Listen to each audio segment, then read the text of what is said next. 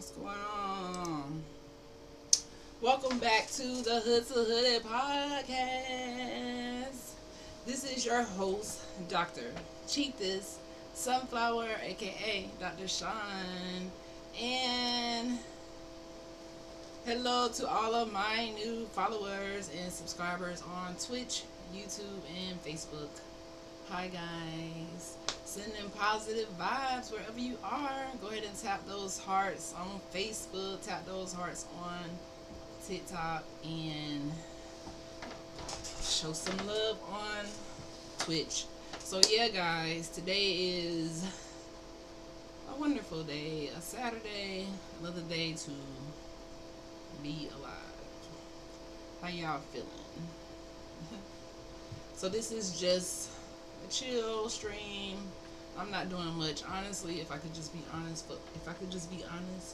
can I be honest? If I could just be honest, I really didn't want to go live today. It's Saturday. I wanted to just chill out, but I can't fail my consistency challenge. I can't fail. So, you're like, what is the consistency challenge? It is 365 days of me being a dentist streamer. So yeah, I'm on around like day 25, 26 right now, and I started over for the second time, and yeah. So first of all, I'm a one queen show, so I'm just gonna check my sound. TikTok, I got y'all on for about an hour because I'm trying to figure out how to get TikTok to multi-stream, but that's an issue for another day because I can't really get TikTok to let me stream from other, I guess, software. So yeah, so in an hour I'm turning TikTok off, but make sure you follow me on Twitch. So I did meet my goal on Twitch of 10 followers, which is awesome. So this consistency challenge is working. I'm building a global audience of, people who are real dreamers, not pseudo dreamers. People who want to go from hood to hooded, break generational curses, increase their oral hygiene IQ, and spread positive vibes. This is a no judgment zone, and I do have a heavy block game, so don't come in here talking no shit. Okay? But yeah, guys, this is just a chill vibes tonight. I'm not teaching anything. I am just alive because I want to stay consistent. So drop your questions in the chat. Drop your questions in the chat. Drop your questions in the chat. I feel so awkward coming live without having like a topic. But this is just me challenging myself. You know what I'm saying? Getting over that anxiety that I feel every time I turn on the camera. But, this is an important part of being a streamer is getting comfortable in front of the mic, right? Or not. Some people can sleep, some people can do those type of things, but I'm not that live streamer where I can just pull up and fall asleep on you. Alright. So, how you guys feeling today? So today was a crazy day. Like I said, I've been pretty busy all day. I kind of handled some business. Got a good little bit of rest in today. And yeah. Seems like time just goes way too fast on a Saturday. Like, where does the time go? So, I find myself procrastinating a lot when it comes to this consistency challenge. Like, especially on these relaxed, chill days. But I still have to come and show up so that I don't fail. Because it's so easy to fail and not follow through with your goals just because you might sometimes get intimidated by your own damn goals. It's like, now I done set this goal to go live 365 days. Cray. But I'm already seeing positive impact on me building this consistency muscle, because this is one skill that most people lack. For example, people don't brush their teeth every day because it's a hard fucking routine, I guess, to get underway, even just that 2 minutes. So that's even something people don't do. Flossing, brushing their teeth, going to the dentist, things like this. So some skills are just challenging, and I like to challenge myself. So I'm not intimidated at all.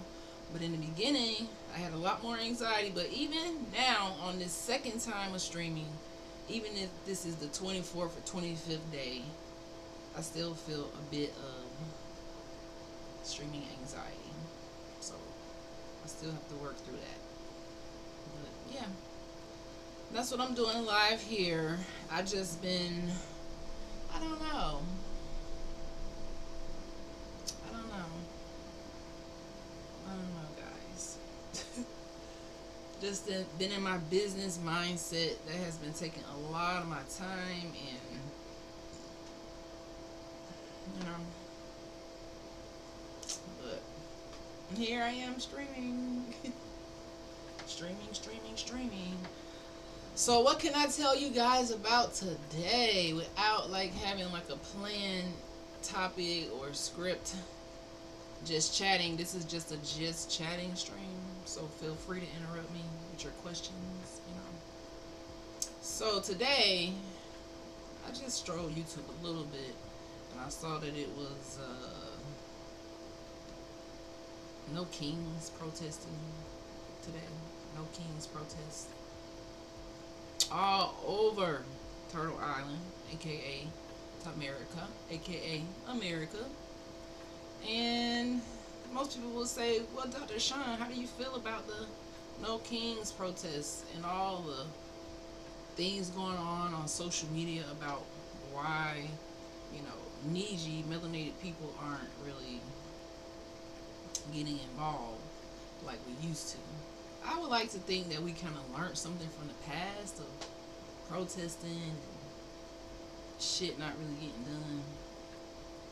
And we might be just thinking of something new, something more innovative, something that's really going to get some action.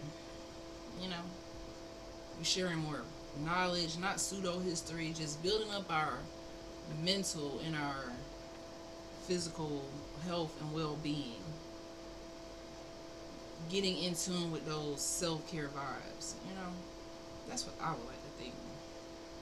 So I did see all of the protests and all of the things going on, and but honestly, guys, if I could just be honest, politics is fucking draining. Politics is fucking draining. Like, I'm just sick of it. I don't know if nobody else feel like me, but this shit is draining. I can't even enjoy my year because there's so much BS going on Turtle Island, aka America, aka Tamerica, whatever one you recognize it as. But it's just so much BS going on. So that's how I feel about that. I don't know. Politics in America is exhausting. Yeah. What else can I say about today? My day was pretty much uninteresting. I did stroll past a couple of my favorite Niji not streamers, I guess you could say YouTubers, Tim and Phoebe. Y'all might not know who they are, but if you go to YouTube, Tim and Phoebe, Real Talk, check them out. I did share them on my YouTube channel. But they just got me researching about like alkaline water and also intermittent fasting. So I did look that up today. So just been on kind of like a health, self-care, I don't know, relaxed day. Which is why I didn't want to come and stream, but you can't make any excuses when it comes to your goals, showing up for yourself, Even when you don't fucking feel like it, you still have to show up for yourself. So that's why I'm here. You know, that's why I'm here. Chilling on the stream.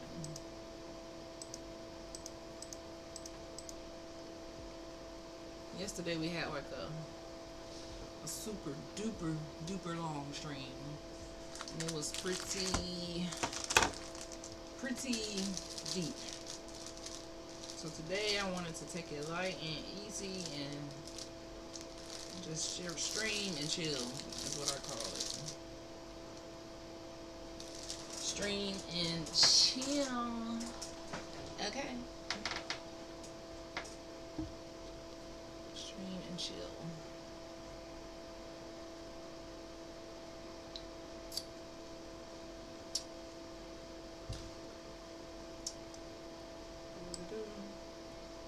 So if you come on the stream, whether you watching this live on the replay, let me know how your day was. Let me know if you kept the positive vibes flowing or if you had a tough time today. Now,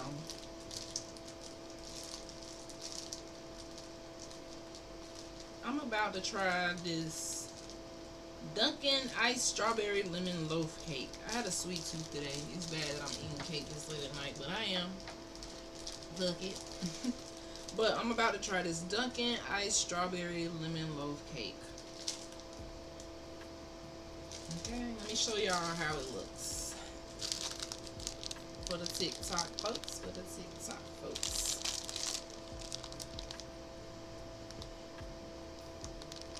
Alright. And now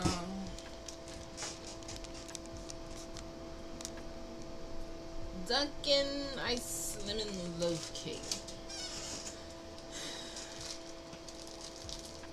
I had a sweet tooth, so I got this. They used to have this lemon loaf cake, and it reminded me of the Salt Wagon at Meharry Dental School. I don't know if they even still sell that anymore, but so good. So I wanted a sweet. I had a sweet tooth, so I got this cake while I was out today. Now let's try it. Since I have nothing better to do. Well, I do have better things to do, but I'm streaming right now, so let's try it, guys. This Dunkin' Strawberry Iced Loaf Cake. Check it out.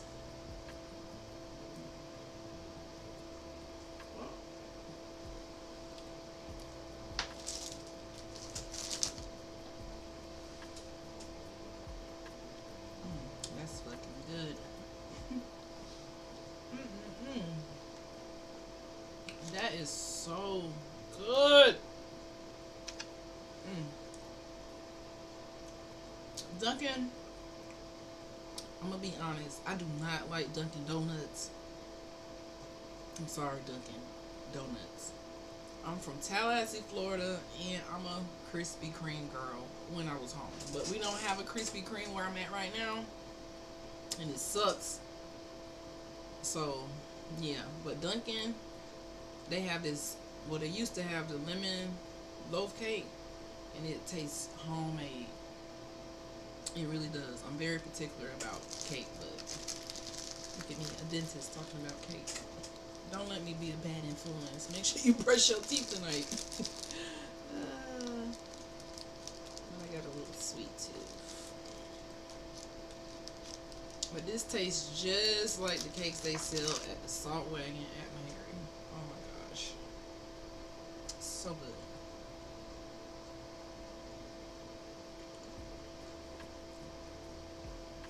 And I think they just got the strawberry kind, but maybe I just haven't been to Dunkin' in a long time. But this is so good.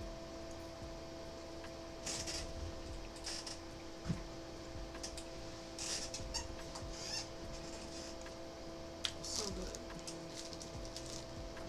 So what I'm doing right now would not be classified as intermittent fasting, because I learned in order to do intermittent fasting, it's like 8 hours of meal time that you can eat, and then you have a 12-hour window of you can't eat. So I'm definitely thinking about doing that maybe this week. And I also read about fasting and how it can rejuvenate your cells and regulate your blood sugar and prevent will help you reduce risk of Alzheimer's and brain issues and certain cancers. So fasting is so important. So I'm definitely thinking about doing or starting that this week because I've been off the rocker with my diet. Like you can see me now eating this fucking cake. mm, mm, mm, mm.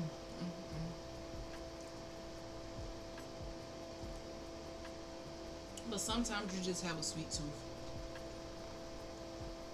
and you only live once. So as long as you don't really go overboard and eat Dunkin' Ice strawberry lemon loaf cake every day, and you brushing your teeth. Hi. So that was me today. After a long week at work. The long, stressful week of running a dental practice. You gotta give yourself a little treat every now and then. What I would really like is to be in my home city where all these bakers popping up, like Kimmy Cakes. Well, she's not just popping up. I mean, but popping on the internet with all these different flavors. So we don't really have any. Well, they might have something like that here, but I guess I'm not in tune as much. I'm making a mess.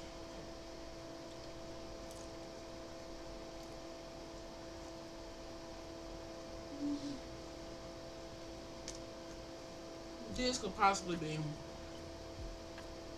one of my most chill lives ever.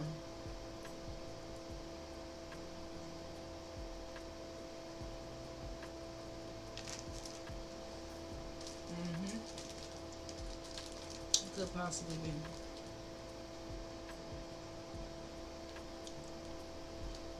Mm-mm-mm. So good.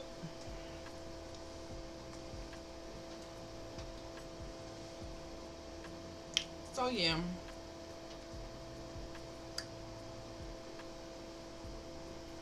that's what's going on today.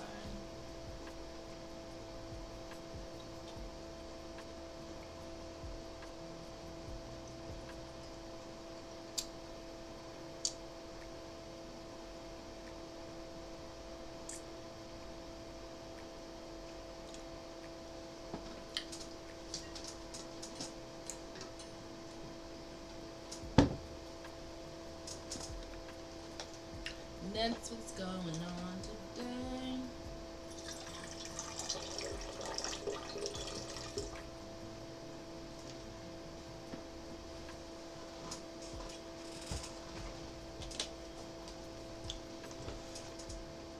Oh. So, yeah, I was in the mood to write some songs today, but I didn't get too far with that project. I'm always in my creator vibe, every day. And I can even remember just being a young little girl. If if I could just say one thing that helped me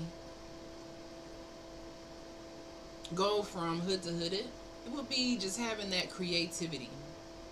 Ever since being a kid, just having that dream mindset, that creativity, like, and that passion just to change the things that I saw around me. You know, creativity can take you so, so, so, so very far. And the thing about it is, so many of us are afraid to step out on our creativity or the autonomy that we have of being our individual self and our authenticity, that we can run away from that. So ever since being a little girl, I just always had that creative mindset to just break free from the standard of what was expected of me. Sometimes your expectations for your life and your dreams and your goals has to be much higher than other people's expectations of you. I don't know if that really makes sense, but what I'm trying to say is, even though other people might have expectations of you, your expectations of yourself should always be remarkable. They should always be, you know, above the standard of what other people require from you, you know?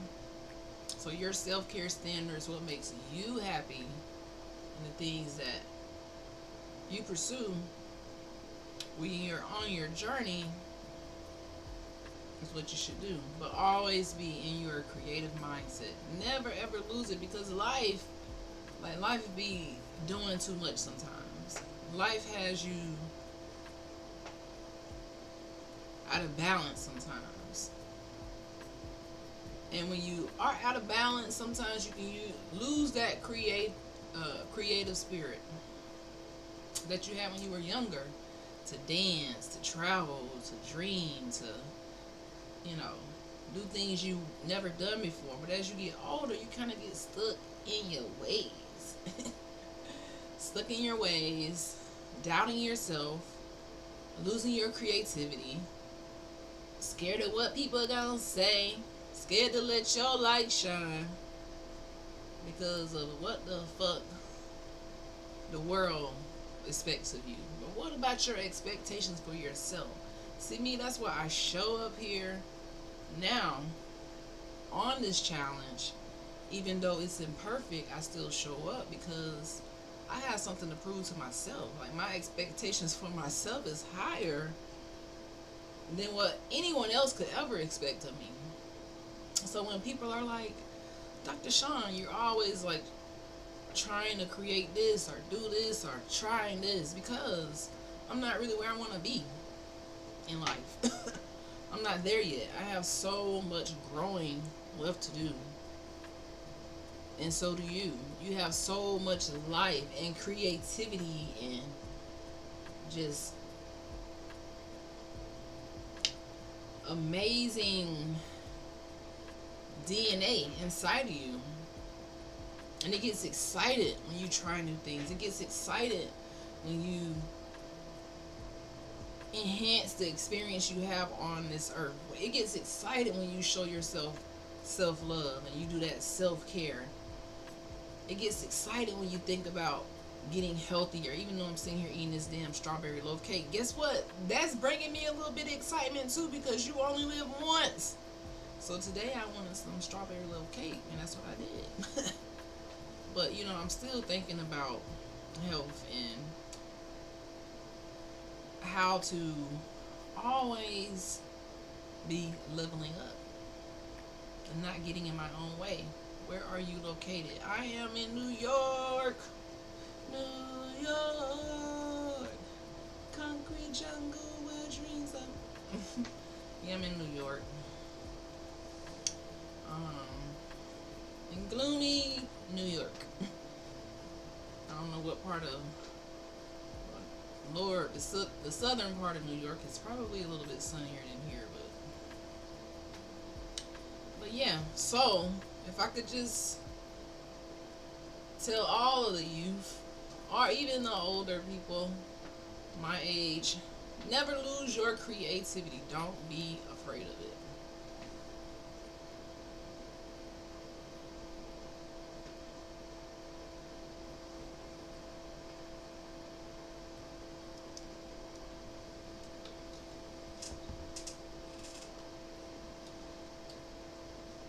I'll be back, TikTok. Never lose your creativity.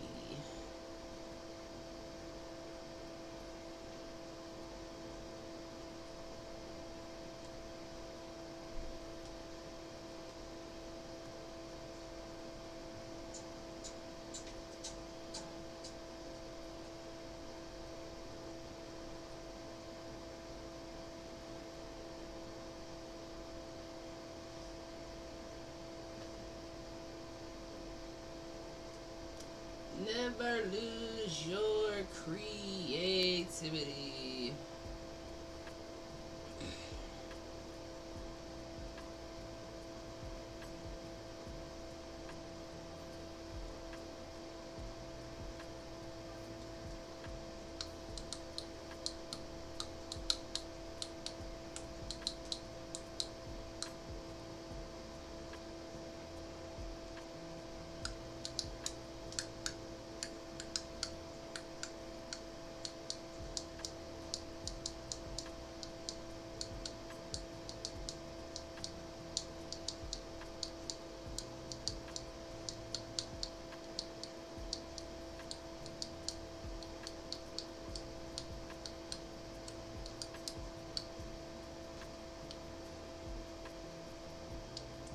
Why is it doing that?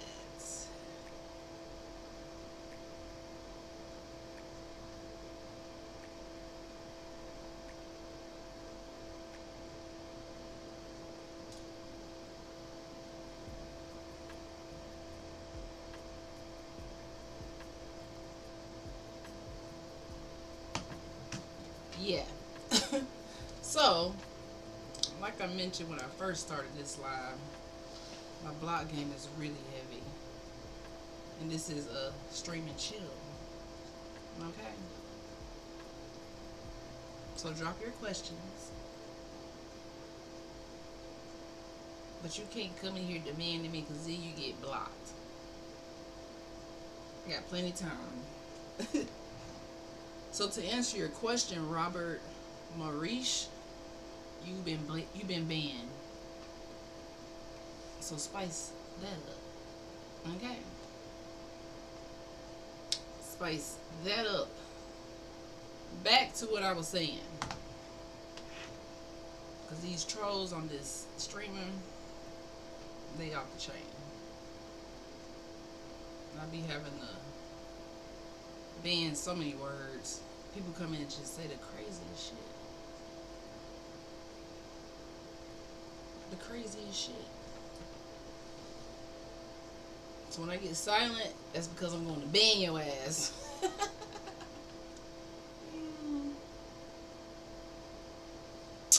I'm going to ban your ass. So yeah, back to what I was saying about creativity, okay? The distractions. So that's one of the things that I've always kept over the years. The only way to not lose your creativity is to have a fuck the world outlook. Oh, I see what you did there. I see that. That's genius. That is true. That's how you remain authentic and have autonomy over your creative spirit, is to say fuck the world's outlook. hmm That's true. That's like me. I know eventually when I have more chatters, I won't be able to block every message, but listen, I got time. I got time today. I won't be able to block every message, but I got time today. Because sometimes, even with trolls, you gotta be like, how the fuck the world outlook. Especially with the trolls. And that's like now, going live and streaming, it's like a live creative process. It really is. But in order to do this, you have to have a fuck the world outlook. Because if you don't, the streaming trolls will eat your ass alive. They come in here and say crazy stuff already. Like, what? I done banned at least 6 words already. I got at least 10 people banned already. I be having time. But back to being creative, okay? So being creative, you will have distractions on your journey of being creative. But if you are a true creator, you use all your experiences just to create more stuff.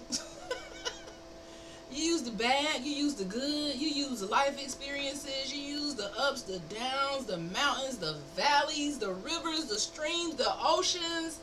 You use it all to dump it into your creativity. hmm So that's why I'm a very complex individual. And even when I was in college, I would have like my coworkers. I had this coworker at Econo Lodge. His name was Brandon. And he used to always say, Sean, because, yeah, I ain't gonna even tell y'all about that part, but he used to say, Sean, girl, you want to do everything. And I'd be like, yeah, I'm gonna be a doctor. I wasn't a doctor then. I was actually an employee at Econo Lodge. Okay, talk about a miracle. And I used to be like, yeah, I'm gonna be a doctor, a photographer. I'm thinking about doing this, doing that. I just had so much in my brain at such a young age that I just had to fulfill.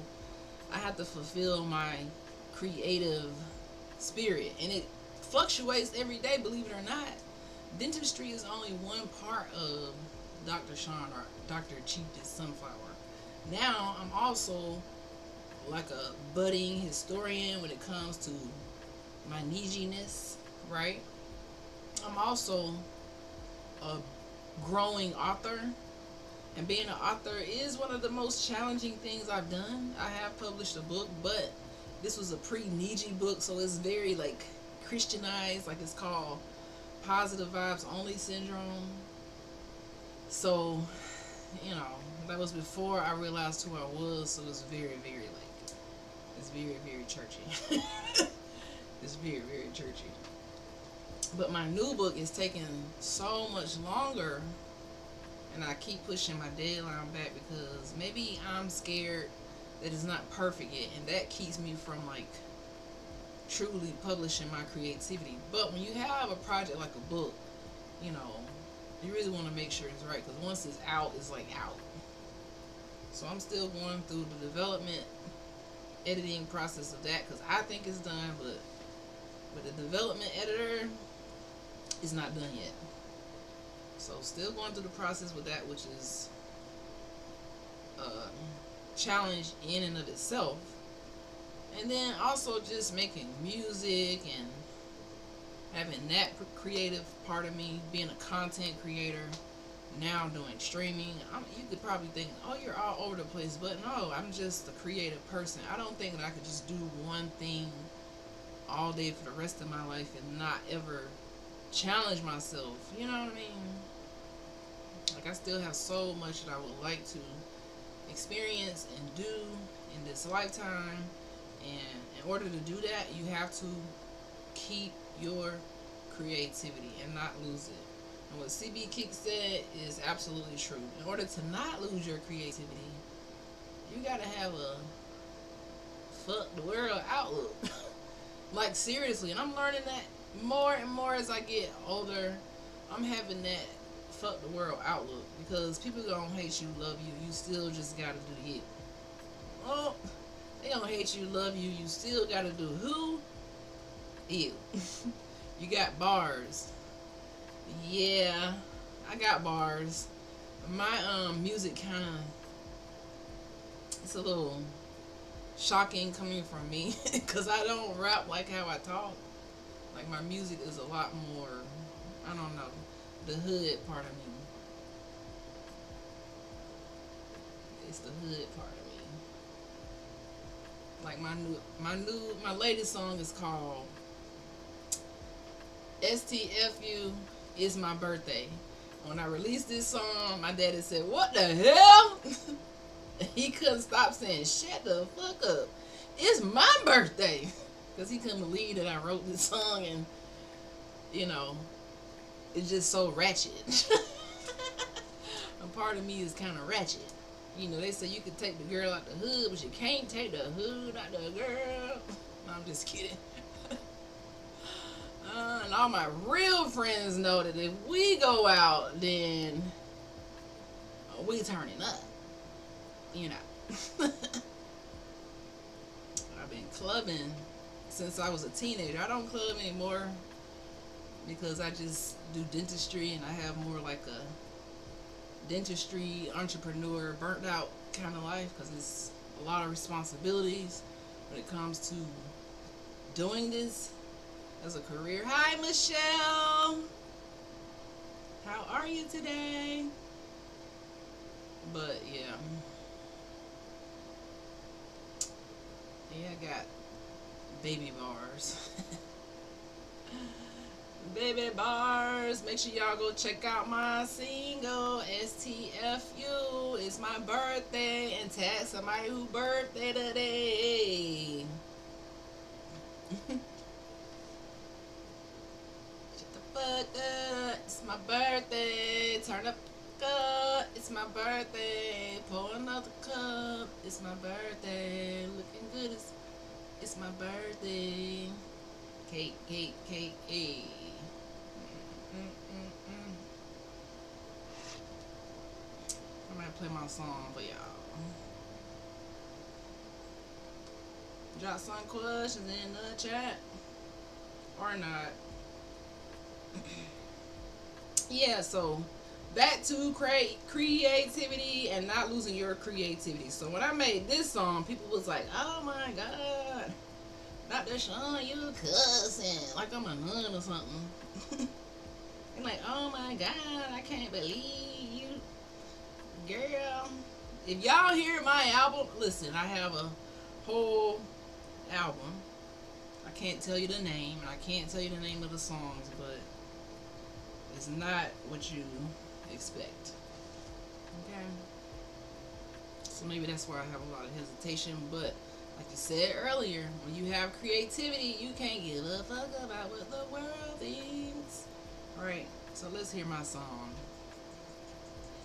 You already know what fucking time it is.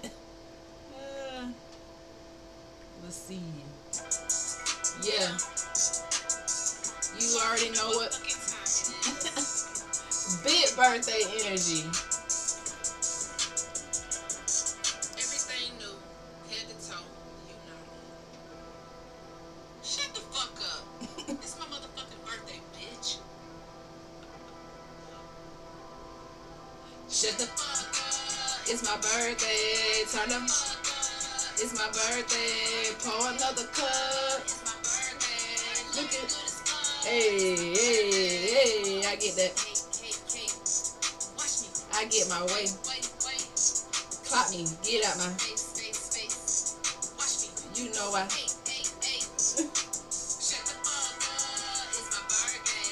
Turn up. Pour another. Looking good as. I get that cake. Thank you, Michelle Tudors, for liking the stream. You know I ate. Diamonds on my chain and my grill. Get out my face. Cute as fuck, but I'm feeling trill. Stay out my face. Cruising in a vert top. Flexing on the ground cause I can. That juice that make me come alive. Just got a bag and a cake. Blow the candles out. Feeling like LeBron James. Bitch, you know I'm ballin' out. Hanging with my girls, we tight as fuck. We ain't never falling out. Spending large amounts, ghetto meals. Don't care.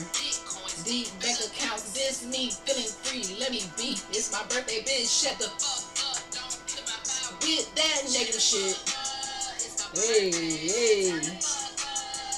Hey, hey. Looking good as. Shut the. Turn up. Pour another. Looking good as. I get that cake. But watch me. I get my wait. Clock me. Get out my face. Hey, watch me. You know I. Hey.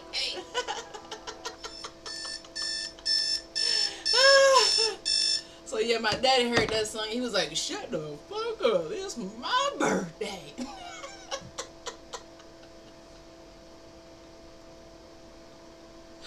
Sound, I clutch my pearls, / I see the strobe lights in the club. So yeah, Dr. Sean is a very creative, complex person. My hair is tripping. But yeah, that's my latest song. STFU is my birthday. And I dropped that actually. Well, I made a video to that song on my birthday. Uh, we wrote that song in like one day and was like, we gotta drop it. It's a birthday song. But yeah, my new songs are more like, I don't know. They're giving me like a 90s. I like 90s music, so I have a song called 90s Kind of Love. That one's about, that's a couple years old. I have a song called Jada. She Gave Me Life, and now Shut the Fuck Up is my birthday. I think I'm finally ready to put out a full project. I have some more singles coming, so stay tuned. But yeah, when you creative, creativity doesn't have any limitations. It's kind of like what you said earlier. You just gotta be like, this is me. People gonna hate it or love it, but I'm still do me. And on this podcast, we always talk about never dimming your light, never, relinquishing your creativity to make other people feel comfortable. So, yeah, I might write a few ratchet songs, you know what I'm saying? I danced to ratchet songs when I was a little kid. Like, what? Back in my hometown, we partied as teenagers. We clubbed as teenagers. We used to go to teen nights at clubs like the Garden and the skating rink, and I can't remember all the names. Mount Zion, that was more older, but I think Mount Zion was a little older. But if you're from my hometown, Tally, I don't know if they still do that now, but so I came from a little wretchedness that I would never probably get rid of. Like, I like to turn up.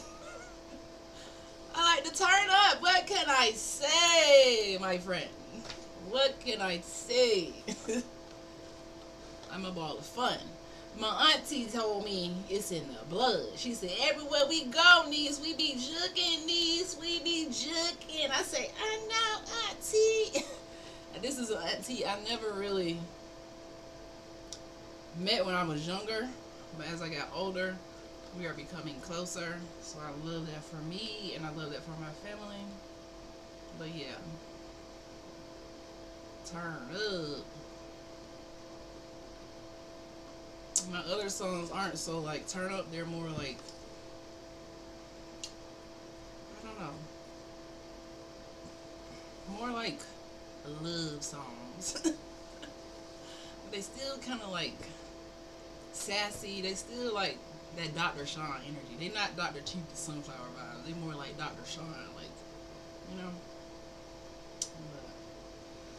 But yeah, guys. That is my mood for today. Those are my vibes. Just to tell you guys to keep being creative. That is the one tool that nobody can ever take from you. People will try to rain on your creativity on parade. They will. They'll be like, ooh, I don't like that idea, or I think you should do this, or, you're going to have the Debbie Downers who will try to knock your vision. What's the next song title? Ooh, I don't know if I can get that online, because I'm still going through the release phase and the copyright phase, and I don't want nobody to, I don't know. Let me see. I can't give it to you right now. I have to ask my label.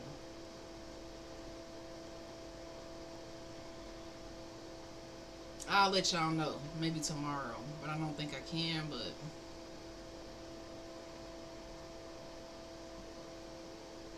I will keep you posted. But the next song is more like a slower vibe. It's more like a serious love song, like, but it got the thumbs up from the label, so it'll be out pretty soon, and I'm excited about it. I actually love that song just as much as I love the last song, and I feel like, I just love being creative. You know what I mean? Yep, business first. Yep.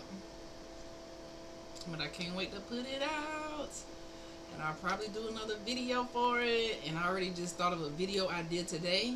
So that's what I was doing today. Like, I was in a music creator's vibe, and every day I have a different vibe. Some days I'm in like a dentistry creative vibe. So dentistry is always primary, and then, you know, some days I work on my book. But these are very different things that I have in my head. So when I work on dentistry or entrepreneur type shit, that shit just drain my whole brain. So that's all I can do on those days, a lot of the times. But on the days where I have more time to be creative, I will like work on my book, because it does need some developmental editing, you know. Because when you go through hood to hood, a lot of people don't like to tell you about the trauma, or they don't like to bring that up, or it just bring up bad energy for them. But when you are the child who went through this trauma, you kind of never forget it as you get older. You live with it, you learn how to adapt, but it's still in your head. That's why with kids, people think that kids don't remember how you treat them. They do. They do. So writing the book for me is having to go back, check my facts with certain people, and make sure that I am presenting the story to the best of my factual knowledge. You know what I mean? Especially from certain key people who are very imperative to this story. So I've been learning new stuff all the time. Every time I have like an interview with one of my family members, so that's where it's at now, like a developmental stage. So I just know that once Hood to Hooded, the Dr. Sean story comes out, and we release the book, and I do the audio, and we do the screenplay, and then the eventual movie, you know, I'm speaking these things to existence. That's the next level for me. So when I say creator, I'm always trying to create new avenues, new generational wealth ideas, seeds, because these things aren't getting paid yet, but they're just seeds, you know what I mean? So you always have to think of new seeds and be growing and elevating. Even though tomorrow's not promised, you still want to act like you're going to have the best day tomorrow. You know what I mean? Still stay in your creator bag and always stay innovative. And that's one thing about the Niji. I read before, because the school thing really threw me for a loop when we were talking about how the education system does a lot of things, the Pledge of Allegiance, all of these different tools they use to assimilate or colonize the mind to make you a worker. You know, they leave out a lot of the lifelong learning skills, and that's what our ancestors truly had back in the day before colonization.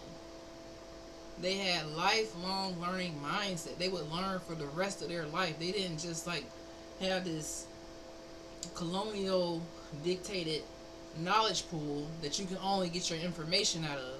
They had the world of knowledge. So that means you could go and study whatever the hell you want for the rest of your life. You weren't just limited to this pool of knowledge, and then when you graduate, you're stuck working these limited jobs that also restrict your mind from growing and seeing the world and just having peace and freedom and being unapologetically you, unapologetically creative, and unafraid to try new things. Yesterday I talked about the elders on YouTube who get on here. They don't know how to do all the bells and whistles, but they get on here and they just create. And what's most important is the knowledge that they put into the knowledge that they put into the video when they are creating this stuff. I appreciate that. So that's why now with streaming, I grow every time I stream, even though I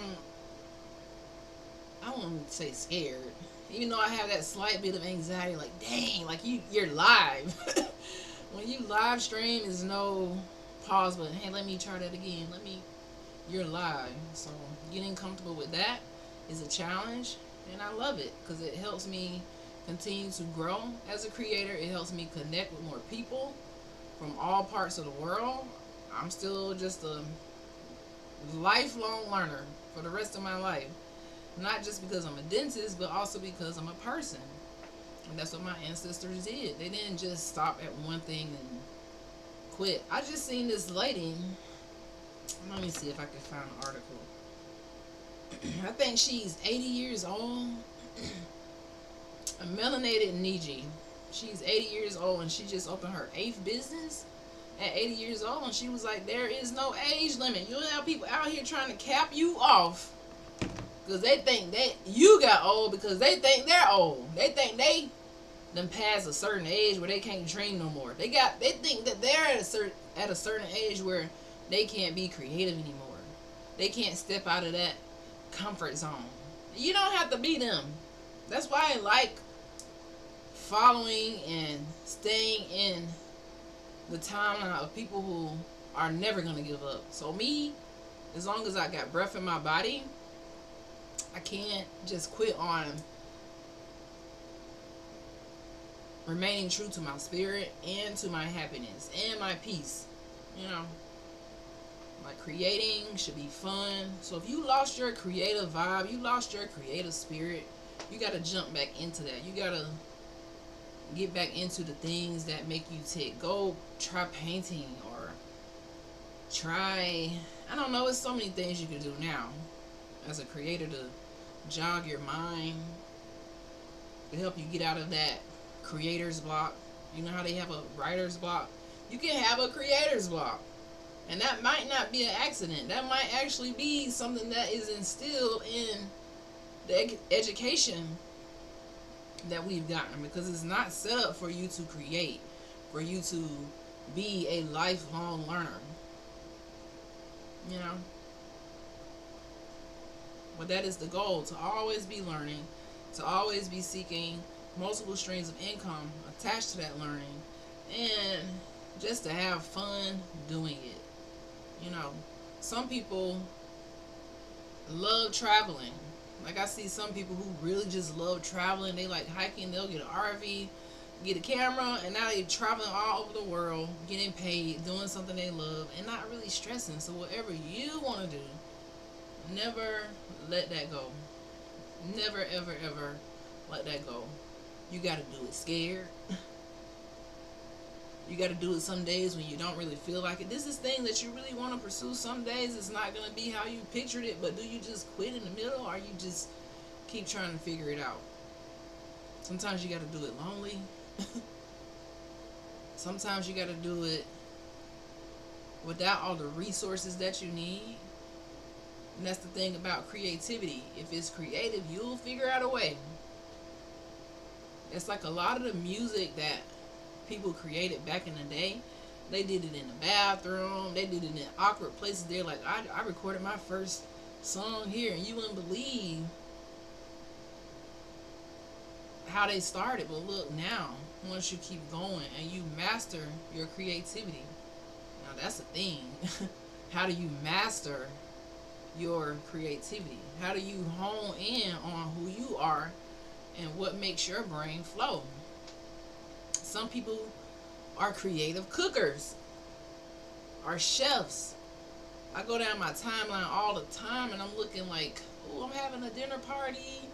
I need a chef who's creative, who can make the food come to life, who can think outside of the box. You know what I mean? Somebody who can have the dry ice with the flame. You know, I'm extra like that. But some people have that talent where they're creative with cooking, or they're creative with photography. You know, I mean, the options are endless. You could be creative with hair. I used to do hair as a teenager for those coins, and I was lit at it too. And I used to do hair in dental school for those coins. You gotta do what you gotta do when you come from the hood. Yes, I had to go to school and get off and study and squeeze in time to braid hair somewhere. I braided a lot of my classmates' hair, upperclassmen, lowerclassmen, staff, other people who are strangers, all in Nashville. And in Tally, same thing. But with hair, you can be creative.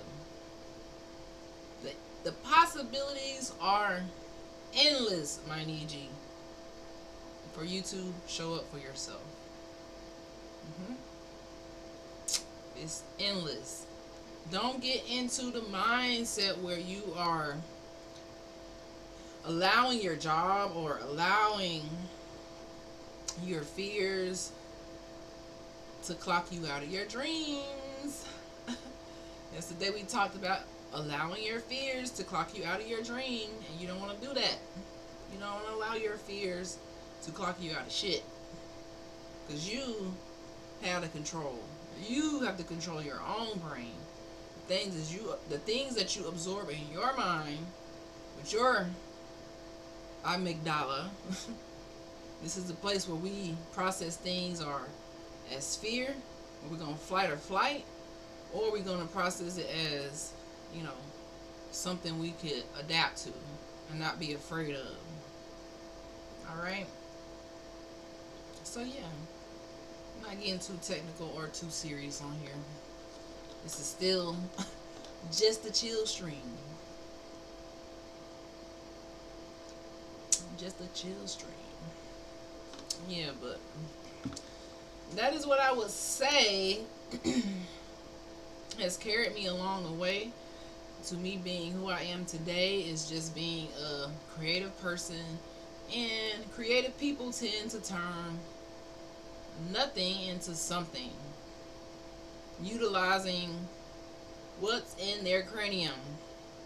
What's up here matters. It really does. What you think, what you listen to, what you speak, it matters. What you see, it matters. Who you allow to have access to you and who you have access to, it matters. It really does. Because everybody can't have access to you. They just can't.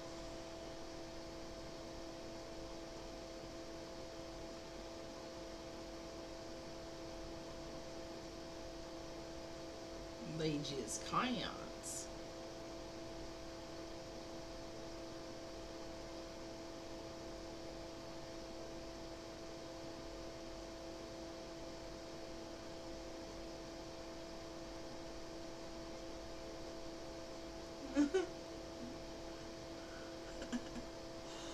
Oh, that was too funny. But yeah, guys.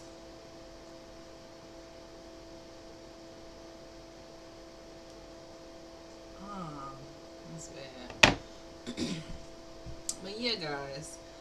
That's all I have to say for today. I'm just in my chill vibe. Just relaxing. In a peaceful mood. I'm ready to conquer today. Tomorrow is finally going to be sunny here. It was a very dark, cloudy day. No rain, but just cloudy. 0% sun. So tomorrow is a lot better. I really want to go to find some water. It's still like 65 degrees. Like, what the fuck is that about? 65 degrees.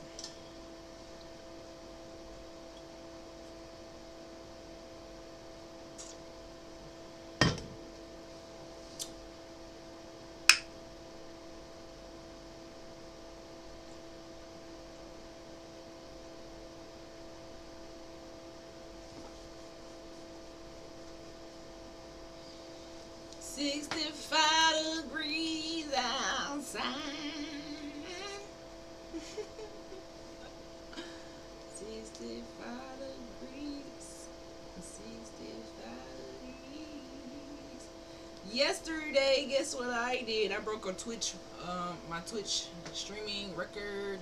I went for 3 hours and 30 minutes, which is the longest stream so far. I really don't think I can do like 8 hours yet, because 3.5 hours, I can see how that can be like, woo. You really gotta stay on point. Not like today where I'm just showing up talking shit without a plan. But I don't plan to fail because I didn't plan today. I actually sometimes I like coming without a plan. Okay, let me explain. Let me explain. In the mind of Dr. Shonda Streamer. Sometimes I like coming without a plan because I don't want my streams to always feel like school. I don't want to feel like school all the time. So I just come without a plan and I just show up. Granted, I do it sporadically, but I still just show up without a plan. And yes, it can get awkward as hell, but who the hell cares? I want it to be awkward sometimes. I don't want to come on here and just be like all the time. I want it to be awkward. I want to face the trolls. Like, what's up, trolls? I'm ready to block some trolls. You know. So today, I'm gonna try to not go 3.5 hours. That means I'll have to be on here 4 hours, and that's just too long. I'm not prepared for that right now. But I am gonna chill for a little bit longer. Little bit longer. Little bit longer.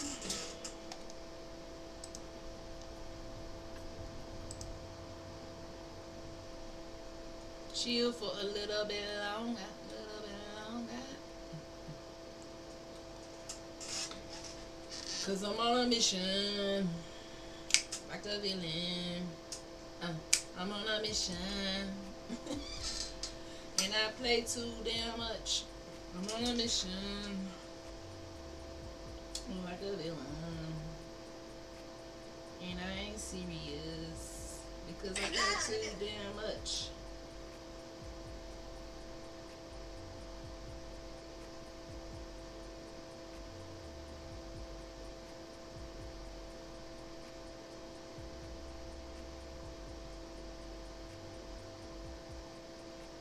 Mission.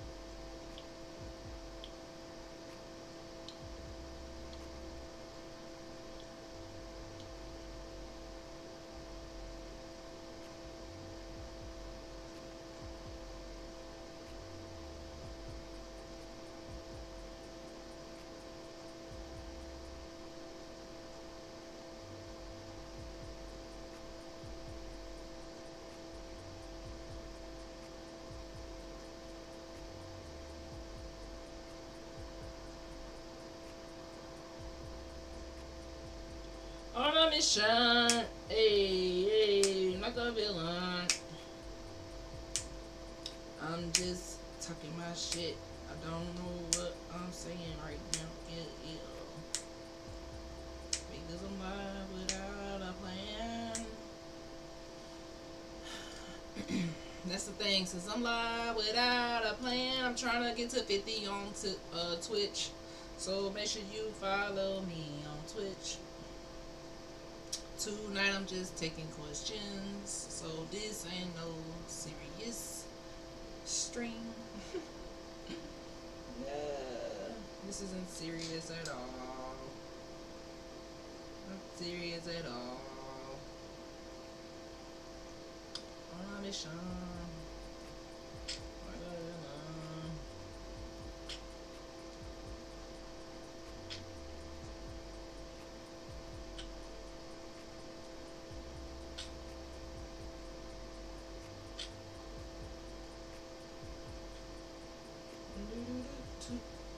Alright, let me get my sound. Turn my sound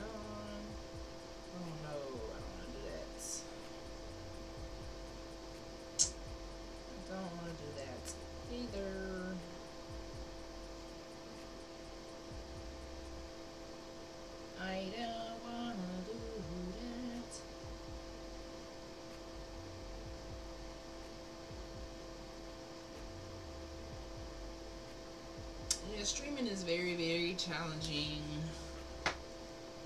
but I can't let it go. I can't let it go right now. I gotta keep going. Some days are more challenging than others, you know? But it's all about hitting that start button. That's all that matters. Hit that start button and let it ride. So on a chill like today, I just hit that start button and I let it ride. And I just stream. I stream.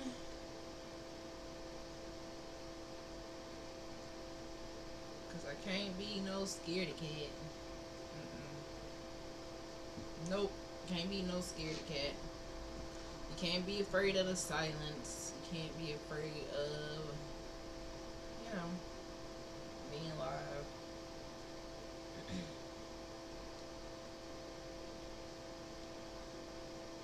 I think honestly, I haven't really been able to completely come up with as many topics because I'm dealing with a heartbreak still. I think about my friend who is no longer with us, and that's very heartbreaking.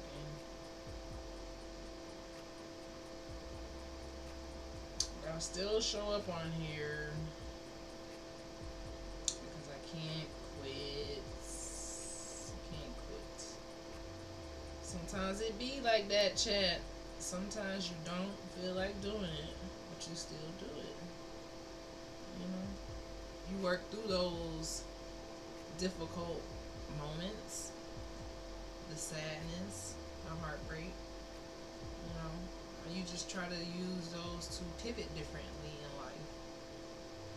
So having that wake up call from that friend showed me, whoa, I gotta love my peeps a little bit harder and not be too busy to check in with each other, because sometimes life be lifing, and I don't want to get that busy. So that's honestly why I've been having a week of not incognito. That's not the word I'm looking for. That's why I've been having a week of what would I call it?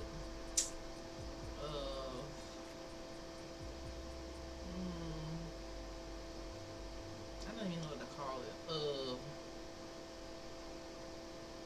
I don't want to say low vibration, but mid vibration streams. Because normally I try to stay with a high vibration and give a lot of good, juicy motivation. I learn different things, bring it to the stream, check out the temperature of what's going on around the world as best I can, and we'll discuss it on the stream. But this week has particularly been a little bit different.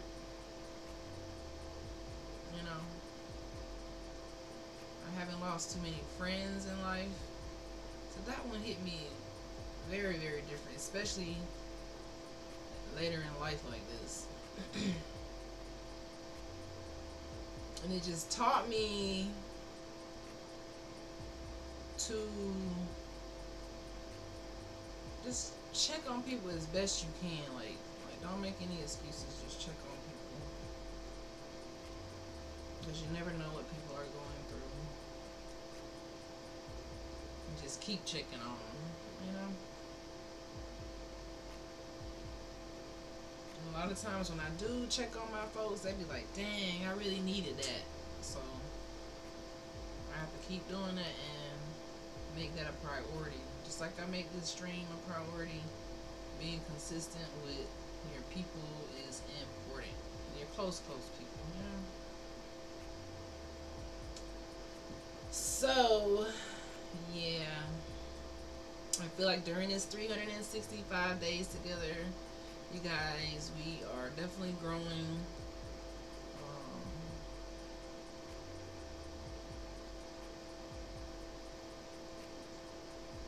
And staying committed through the ups and the downs. You know, some of these days when you stream it, it just be like, sheesh. And you still do it anyways. You still do it anyways. You know, you still do it anyways. Because I think about YOLO. I got it tatted. You only live once, so make these days count. Streaming has showed me exactly how fast time goes. Because that 24 hours, it flies. You know, that's why we have to slow it down. During this summer, I really want to just get more into a creator's life and mindset and do more things other than thinking about business and work and entrepreneurship and serious shit all the time. Like, get more in tune with just chilling sometimes, you know?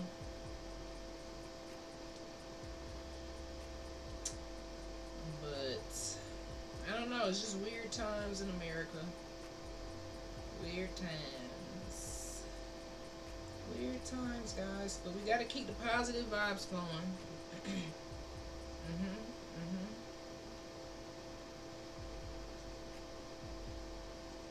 Yep.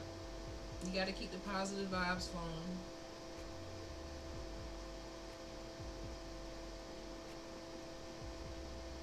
at all times.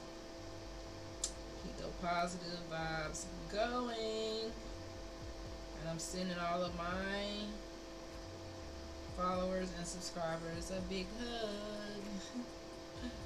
Oh, a big hug. Because you guys are number one. You know? Number one. Yep. Number one. Right. Number one. Stop it. Get some help.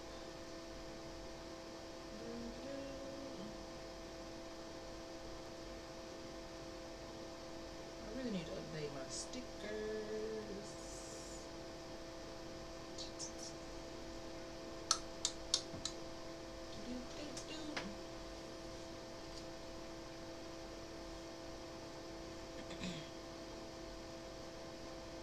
So yeah, come on my Twitch so y'all can use my stickers. Stickers. My stickers.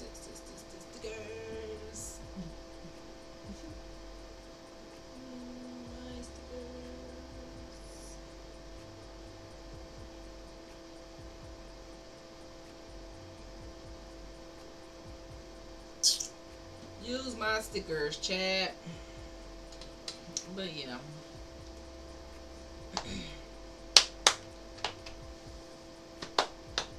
This is a pretty long, boring ass screen. Could this be my most boring stream ever? Possibly. But you know what? I learn something every time I stream. I learn patience as a streamer. Because when I first began streaming, I would turn off after 5 minutes of silence, the uncomfortableness of it. I would turn it off in 5 minutes. That was like 3 years ago. And doing that made me only stream like one time that year. I counted myself out.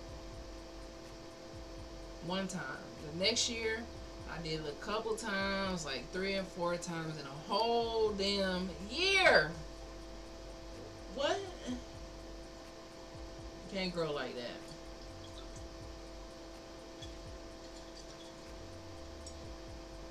That's why I recognize the lack, I recognize the slack, and I realize that I need to have patience to stream. And not only that, just to chat the entire time. Even when it's even when it is weird. Even when it's a little weird. So hopefully, if you watch me on stream, and I have been getting a lot more views on my streams. We hit like 1K on a couple of them. So hey, my ghost followers. um, but yeah, every stream I get better and better, even if it feels a little awkward, because I'm only on, let's see, the first time 34 days straight. Then I had Mother's Day came in, rocked my whole motherfucking world loose, because Mother's Day, losing my mom, you know, I keep her here with me. I'm getting better, but I don't know how to get better than I already am. Like, it's just like certain triggers. So I realized that that was a trigger the first time I was streaming. I said, my mom, whenever it's her birthday, Mother's Day, something sad like that, yeah, I can easily get into a mood where I'm not streaming, I'm not going on the internet, I'm not calling nobody, I'm not answering my phone, and I'm just in my feelings. I can get in my feelings. So that was a real feeling, but also a limitation in my life, because that trigger hindered my consistency. It does. It really hinders my consistency because it caused me to fall into a negative mood. That's why I'm the positive vibes only syndrome queen. Not because I have positive vibes perfectly every day, but because I strive for positive vibes. Even on my negative days, I'm still striving through those negative emotions to collect my positive feelings. But sometimes you don't always display your positivity perfectly. Sometimes you have some negative ass moods. That's just us as living, loving, breathing, life experiencing beings. Okay? So I realized that was a trigger. So I said, you know what, chat? Let me try this challenge again. The first 34, 35 days is bad, and I don't know the exact days, but when you're going every day, you can get a little sidetracked. So I took a week off, stayed in my feelings for a fucking week, sad about my mom, and I have to keep reminding myself, when you lose these loved ones who inspired your greatness, who inspired you to let your light shine, who this beautiful queen who inspired me to pursue a doctoral degree before she was called to the creator, before she got her wings. Even my friend who I lost, she said I inspired her, but she don't know. Well, she does know because I tell her, but she inspired me in so many ways. Hello? I did. I'm live on this thing. Hold on, I'm coming.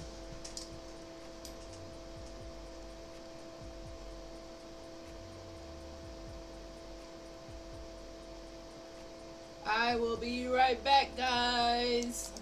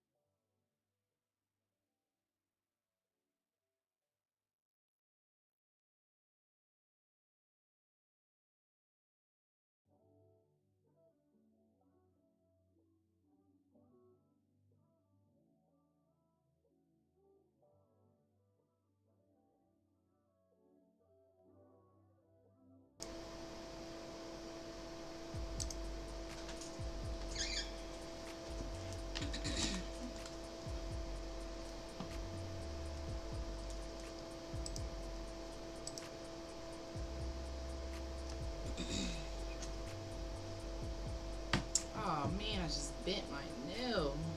Ugh.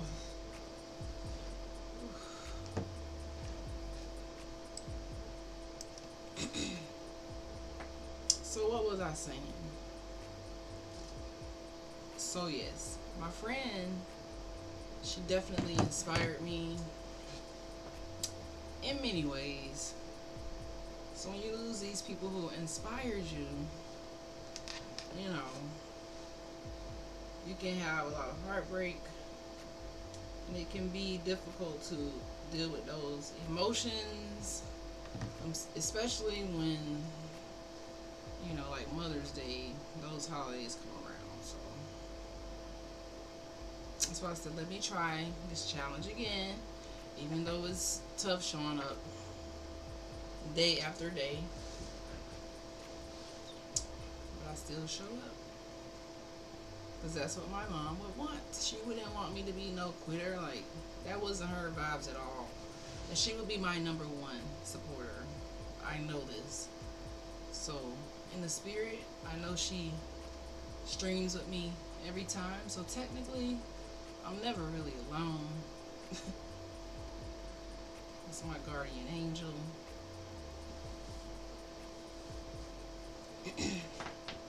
And that's why I push through every stream. Because this is a challenge for me. And as a streamer, you know, you just gotta do it. You just gotta work through the crazy times and the crazy days. And be unapologetic. Yep, be unapologetic.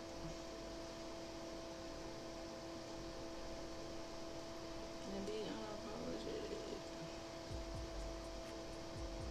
And I often say that for me, a lot of my miraculous things that happen to me, they happen in a delayed but not denied fashion. Meaning a lot of the things that I created on paper first, or that I dreamed about, or the places I saw my life going, my mindset, it all happened in a delayed but not denied order. And that's why I always preach not giving up before your breakthrough.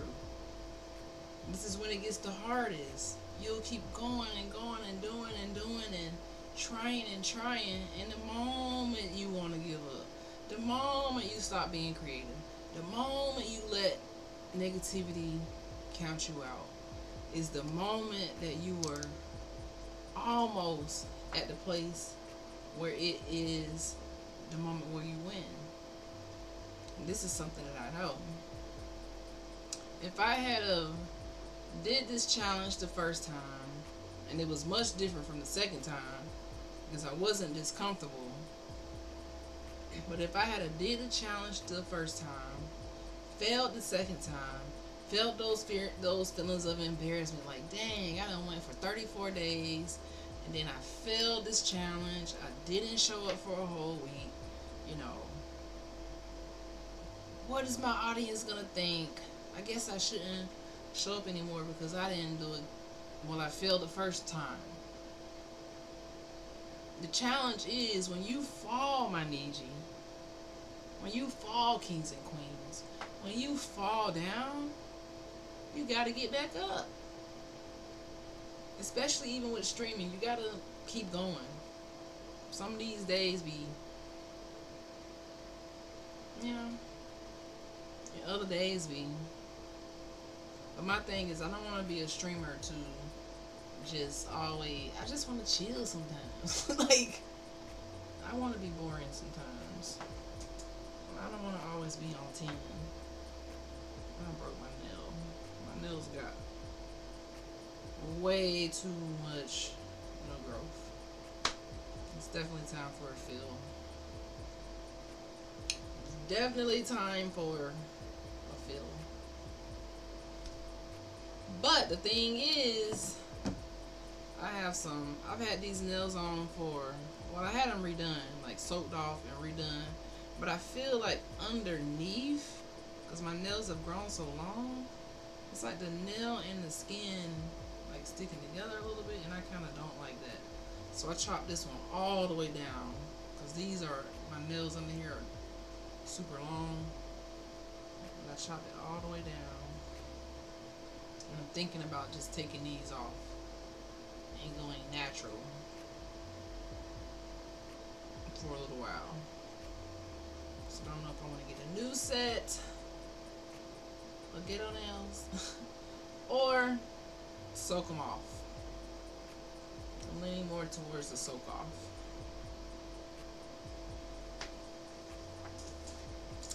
Soaking them off, having a natural nail summer. Hey, why not?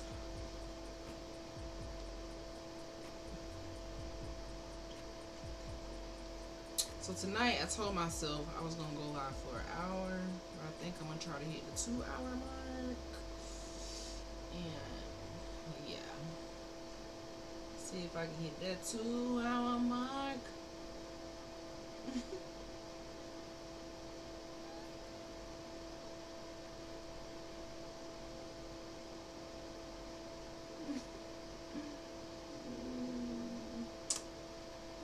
2 hour mark.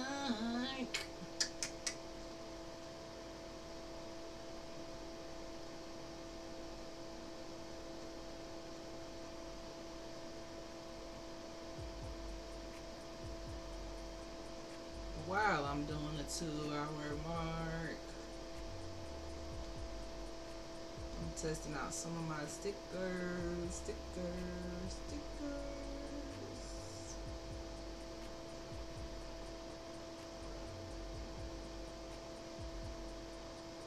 And I can't hear them. Can y'all hear that? Because I can't hear it. I can't hear it.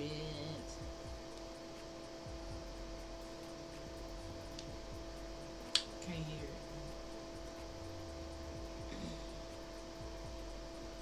I can't hear it. Bruh.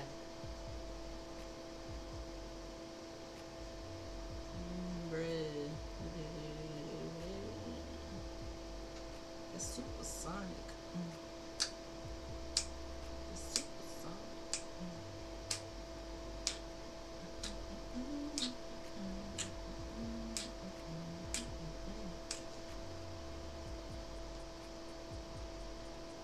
Supersonic.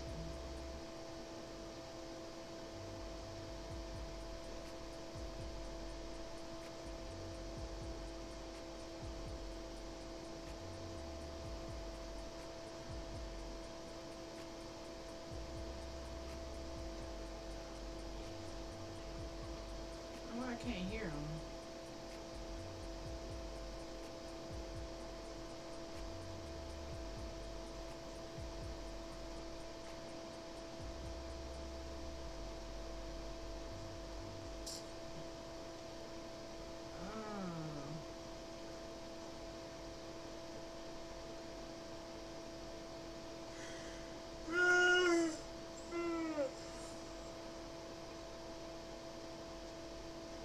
How rude. Let me stop yawning on the live, because that is rude. That's rude as hell. But anywho, we about to rock out for these last 30 minutes, guys. Okay? About to rock out for these last 30 minutes, and then I'm out of here. And I will have met my goal for 2 hours.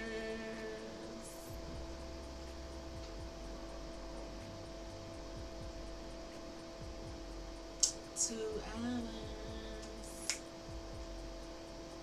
2 hours.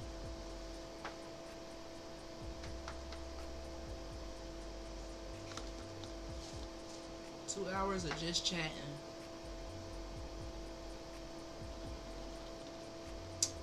2 hours of just chatting.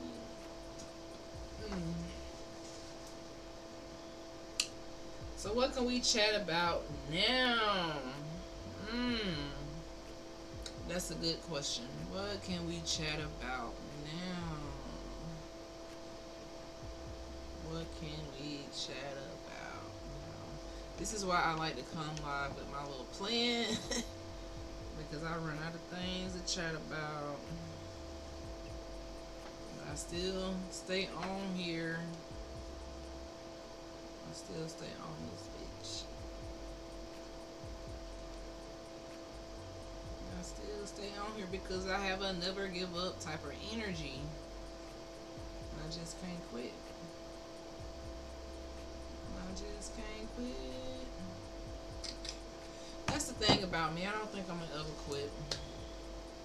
No matter how hard it get, I don't want to ever be a quitter. I just can't do it. I just can't do it. How do you get that spirit of not being a quitter? Well, for me, I get that energy of not being a quitter from, there are no other options. Like if you give up and you quit and you just throw in the towel and you just, don't continue to elevate and grow and learn when it comes to health, breaking generational curses or just staying on top of knowledge, eliminating the pseudo history from your mind. I can't quit on that. Coming into being a Niji, it's a transitional period. You're basically denouncing all of the things that colonization has taught you, absorbing all of this new information, going against the norm or the standards, and really having to stand on business about the truth. Really having to stand on business about the truth and doing your research and being unafraid. Because everybody ain't in the know on true octogenous copper tone history. So that's where I am in life right now. I'm in like a different mindset, and this mindset has really allowed me to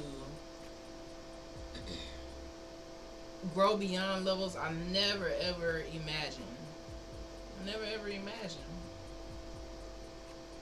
Connecting to my ancestors and just finding peace and something to cherish in every single day.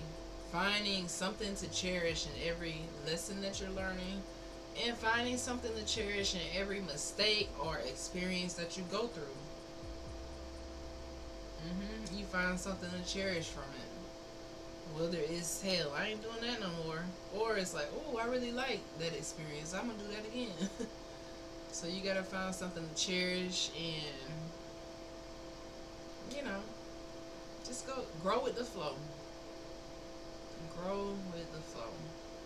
So that's how I get the never quitter attitude.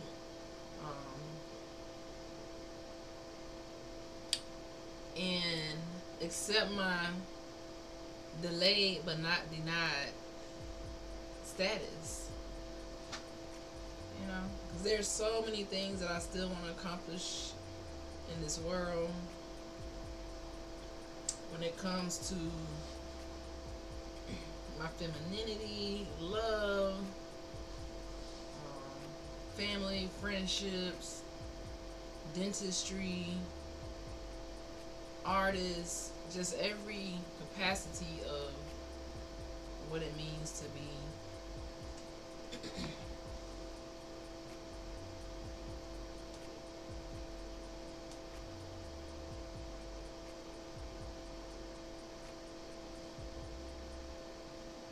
in every capacity of what it means to be a fluidly growing individual. I don't really know if any of this is making sense. I'm really just chatting. I'm really just chatting and, I don't know, testing myself, if you will. When I look back at this live a year from now, what would I be like? Ooh, this is cringe. Or ooh, I was really lonely on this live. Like, what am I gonna think about myself? Like, the most important thing I'm gonna think is, damn, I did it. I stayed focused. I'm focused, man. I stayed focused. Even when deep down, it's hard to focus. I still show up and I still try to focus. Hmm. Yeah. And I also accept that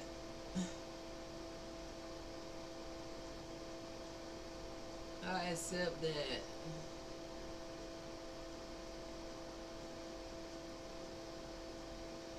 life is what I make it. That's another reason why I don't give up, because I accept that life is what I make it. You know, if I want more good shit to enter my life, into my timeline, into my mind, I have to absorb these positive vibes all around and keep my vibrations high regardless. And as I go through this streaming journey, just be gentle with myself, um, and not get unfocused. Not by the trolls, not by the standards that I have in my mind of perfectionism, which is also why I go live sometimes without a script, because I don't want to just always, I don't know, come from a plan. I like to be awkward sometimes. It keep you on your toes.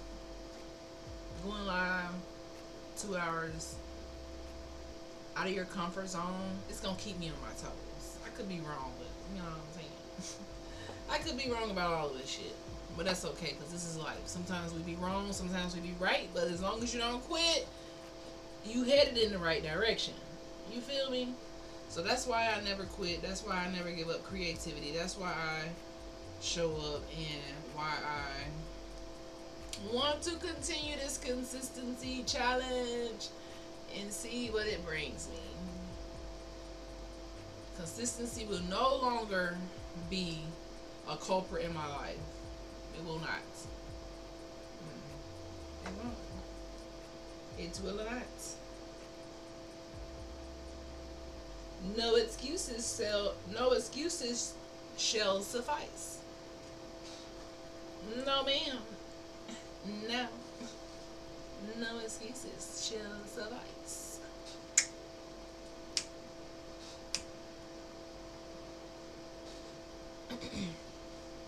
Yesterday I had a pretty heavy live, so I just don't understand. Yeah, no, we're not gonna talk about no politics. I'm really trying my best not to talk about politics because I don't want to go there right now. I really don't. Let's just skip that thought completely. Yeah, no. Mm-mm. Let's skip that thought completely. Mm-mm. Let's skip that thought completely and wipe it down, because I think politics, these politicians, they need to be cleaned, because they're giving me a headache. And the survey says, what does the survey says? No thanks to all of this BS going on in America. uh,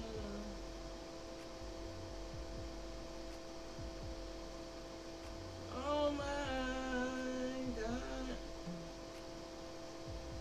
I'ma let the beat drop. I did it again.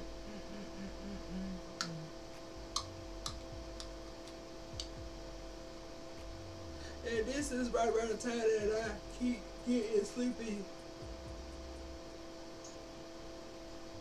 This is right around the time that I keep getting sleepy and I have a brain fart. And I still stay live because I gotta go. Oh, I gotta go. Oh, oh, oh, oh. I gotta go.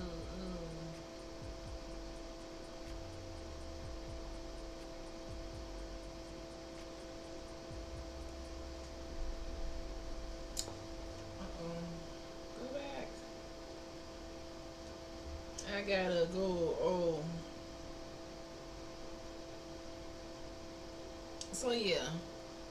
With these last 15 minutes, let's talk about this podcast and my plan for my streaming space and my audience. So that way, when I do look back at it, I can kind of have some goals and see if these goals really come true. So I'm still working on just getting a feel of where I'm taking this podcast, because the Hood to Hooded idea has been brewing for a while. Like since dental school, I've been like on this hood to hooded journey. And where I'm planning to take this journey is still to an authentic place where we can be ourselves and just grow at the same time in a safe space. And learn something new every day, no matter how minute or small it may seem. Just learn something new every single day. So that's where I'm going with this podcast. Every stream is really an experiment, and I try different things. I try things out of my comfort zone on purpose. Sometimes they fail, sometimes it's a success, but I'm just learning that, it's all just a journey. I'm on this lifelong journey and just taking my time, not making it too serious.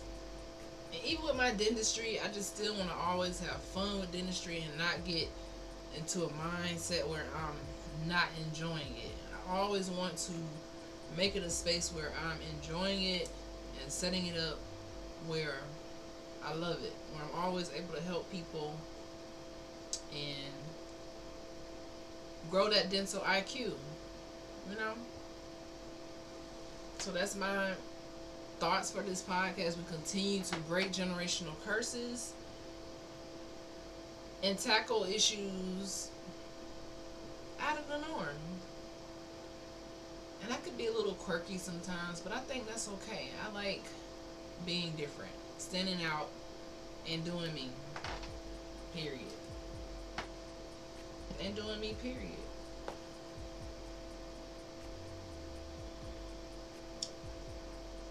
And that's what I'm gonna do. Period. No drama llama. Pretty drama free. Carefree. And growing daily. I'm excited to see where this journey takes us as a podcast, as a stream space, as my audience. I'm excited to see who I'm going to meet along this journey. I'm excited to see what opportunities open up, and if consistency is truly a skill that can change your life, especially as a content creator. Not only as a content creator, but as a doctor, and just as a person looking for better opportunity always in life, as a lifelong learner. You know, I'll be the first one to take the leap and test this challenge in my space and to see what I can create from it. So this live was another creation of Dr. Sean. Whether you find it kind of boring or quirky, corny, nerdy, it's me. It's me. And that's the thing about what CB Kick said earlier. The only way not to lose your creativity is to have a fuck the world outlook. And I love that. That's the only way to keep your creativity and to be you. To test yourself. Do things that scare the hell out of you. Get on that camera, start that YouTube channel. Start that YouTube channel. You want to be a streamer? Start that streaming journey. Don't be afraid. Don't be no scaredy cat. You can have a little anxiety, but don't be no scaredy cat.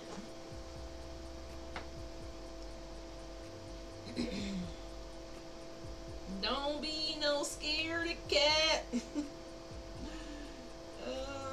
Yes, you might fall down sometime, but don't be no scaredy cat. Got a lot of scaredy cats in the world, and they scaring you off. Yeah, you might be a little awkward. Who gives a fuck? Don't be no scaredy cat. Because you know what, guys? You can't be living your life in fear.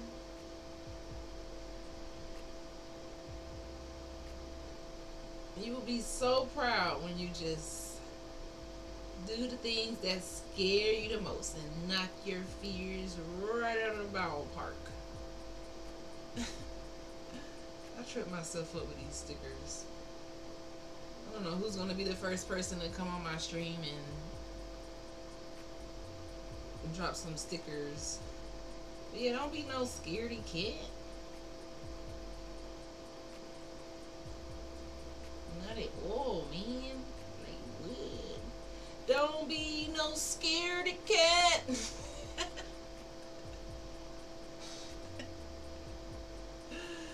Don't be scared of your dreams, man.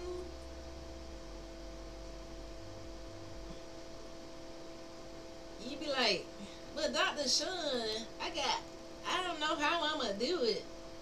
I don't know if I can do it. I don't know how I'm going to do it.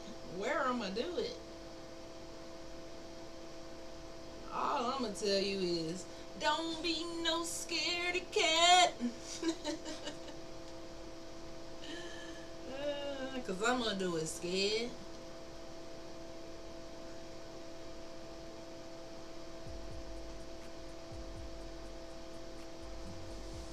I'm going to keep going whether I'm scared or not. I'm going to keep going. And if there's one person out there who I can tell one thing before we get to the end of this live. And the thing about streaming is once you start, you can just keep going for hours. Like it's like 2 hours. I'm like, I can still go for 3 hours. I did 3.5, but I ain't going to do 3.5 tonight because it's almost... Yeah, I ain't gonna do that tonight. But don't be no scaredy cat. So don't be no scaredy cat. To the one person out there who this message is for, I want you to put in the comments, if you even get to this part of the video, I ain't no scaredy cat. I am not a scaredy cat. I'm not. I'm not afraid of my dreams. I'm not. I'm not afraid to push the envelope and see where life takes me when I step outside of the box. I'm not. I'm not afraid of falling down and stumbling sometimes. I'm not. Okay? I'm not afraid of a little heartache sometimes. I'm not. I'm built for this.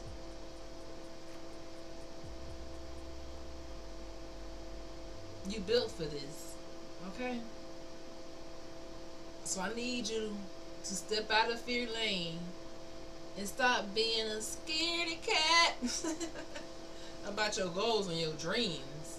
Don't be no scaredy cat. And I'm not trying to pick on anybody out there who's really a scaredy cat. But I'm just trying to hype you up, man. I'm trying to amp you up. I'm trying to motivate you from afar. You know,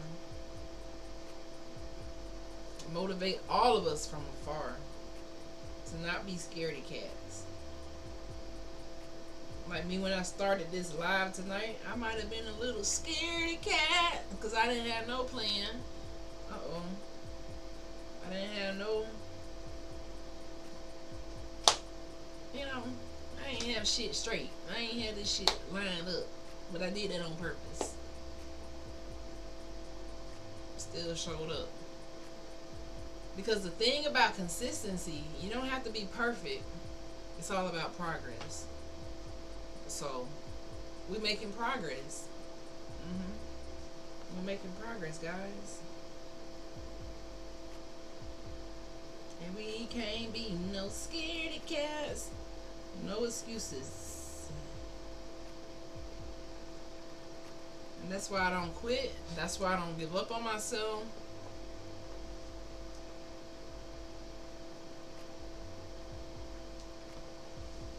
And that's why we are here where we are now at the almost 2 hour mark of live stream with the Hood to Hooded podcast. And an awkward day, on an awkward day with a lot of things going on in the world. We got Trump. I didn't want to say his name. Diarrhea. Okay. But we got that guy with his parade and all of this stuff and the millions that they're wasting. You know. Yeah, we're not going to go into that. Not tonight. We're going to keep the vibes chill because that definitely doesn't bring chill vibes. I'm talking politics. Yeah, no. But I did post Jasmine Crockett today. She went off on him.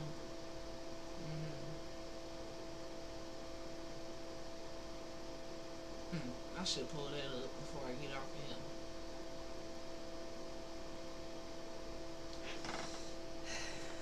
Yeah. Let me see if I can pull this up. Pull this up for us.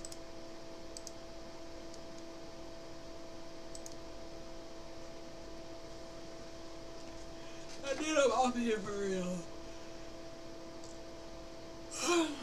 So I'm giving sleepy vibes. We ain't about the sleepy life. We not about the sleepy life.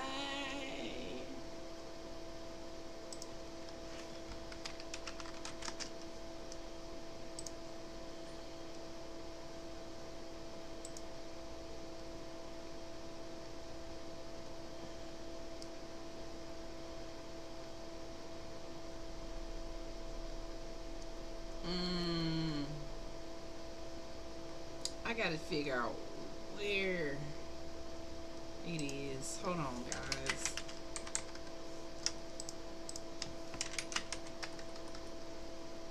Because she went off on them today. And I was like, yes, Jasmine, yes.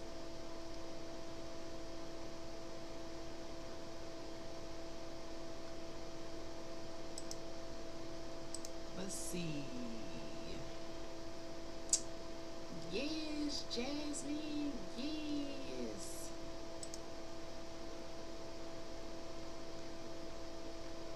Let's go to it.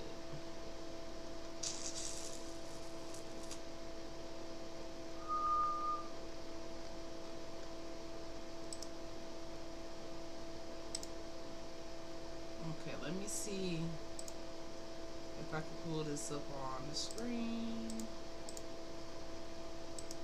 Oh yeah. We got it. But the only thing is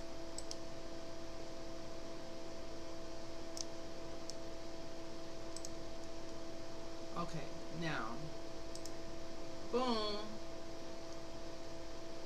I'm really not into the politics. I said I wasn't gonna talk about politics, but just to give something that happened recently that, as Nisha, we already know politics aren't in our favor. But just to see what she touched on today, I feel like this is important. And we're going to talk a little about it, and then we're going to move on. But let's see what Congresswoman Jasmine Crockett had to say, okay? Because, yeah. Well, let's see what she had to say, okay? So I'm going to turn my mic off, and then we'll come back for a reaction.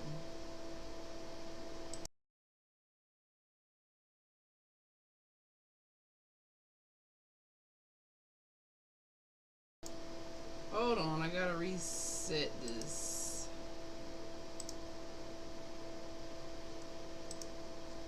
How do you reset it? Let's go back.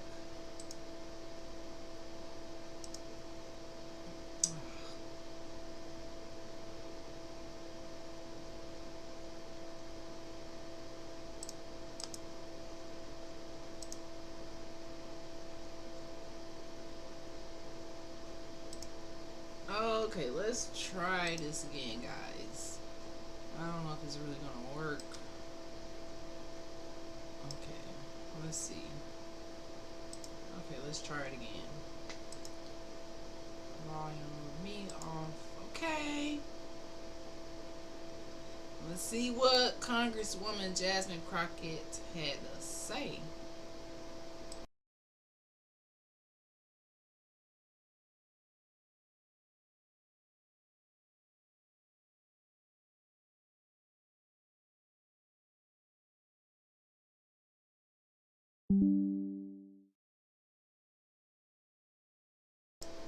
Yeah, I still messed it up. Hold on. I still messed it up. My bad. Okay, let's try this again. One last time. My volume was not working right. Let's see. Alright.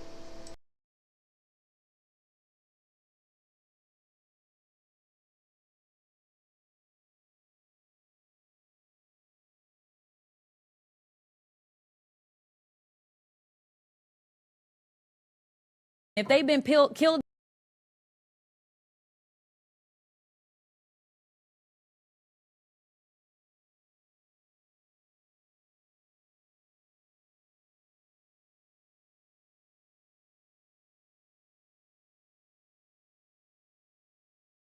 Okay. Terrible, guys. Definitely try this again.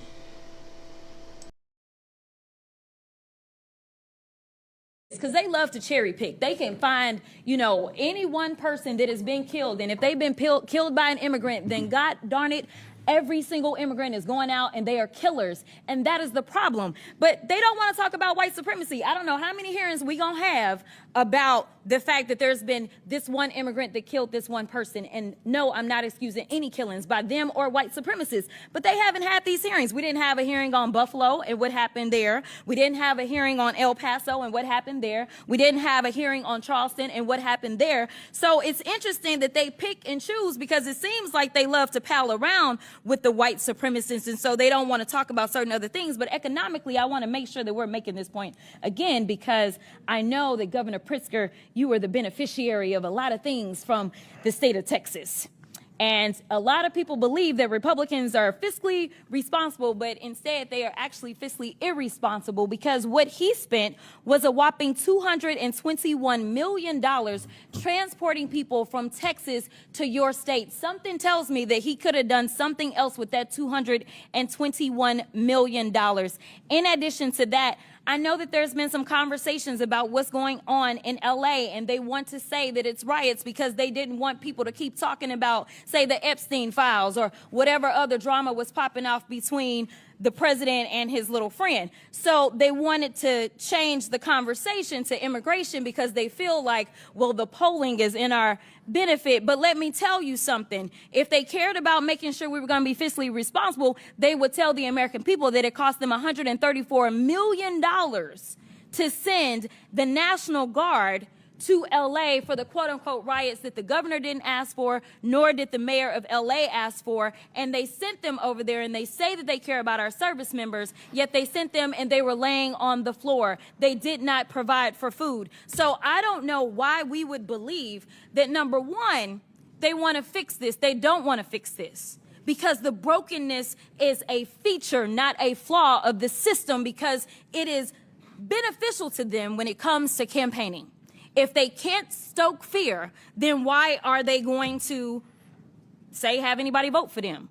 Because that's what people are doing. They're voting out of fear. But Ms. Perryman, we know each other a little well. And I know you got a law degree. And it seems like we all need law degrees in here nowadays to understand the Constitution. So really briefly, I just want to make this point. There is a certain person that was afforded, say, due process. But let's say if, say, Donald Trump.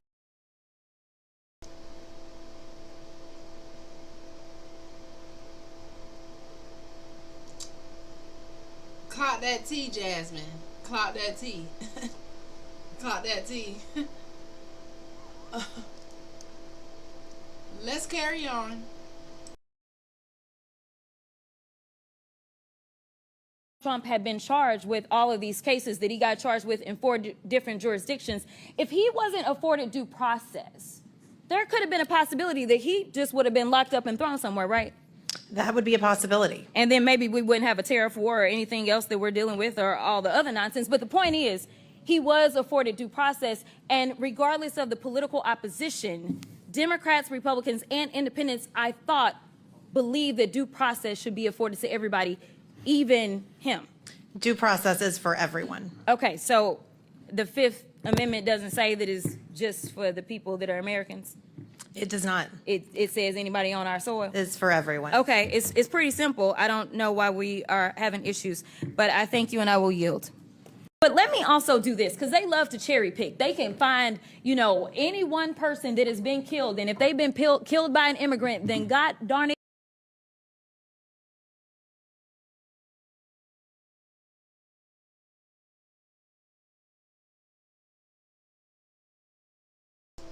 Ooh.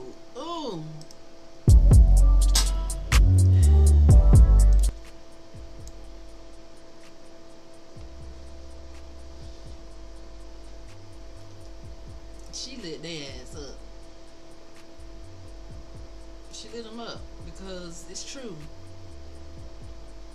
When it comes to white supremacy, it's a cherry picking thing. And that's what's going on in America.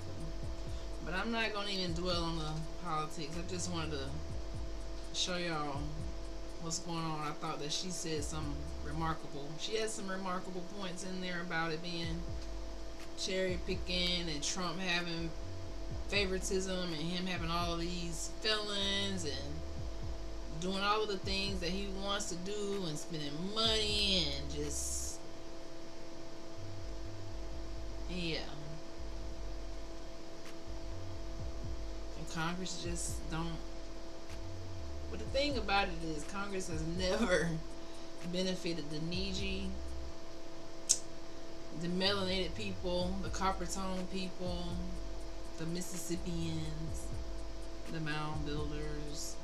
Never, ever, ever done much to benefit. It's always a cherry picking thing when it comes to redlining and the educational system and inequality on every level on this soil. So all these laws say equal this, equal that, but they really ain't shit equal on this soil when it comes to the needy, when it comes to the black people. It's not equality. It's not. And everybody else is now saying, oh my God, it's not equality, but we've been saying this for forever. But I think what we realize is that you're really not going to have equality from a government that was built on cherry picking and promoting a system that always overlooks white supremacy, because that's what it was built on, you know? And especially when it comes to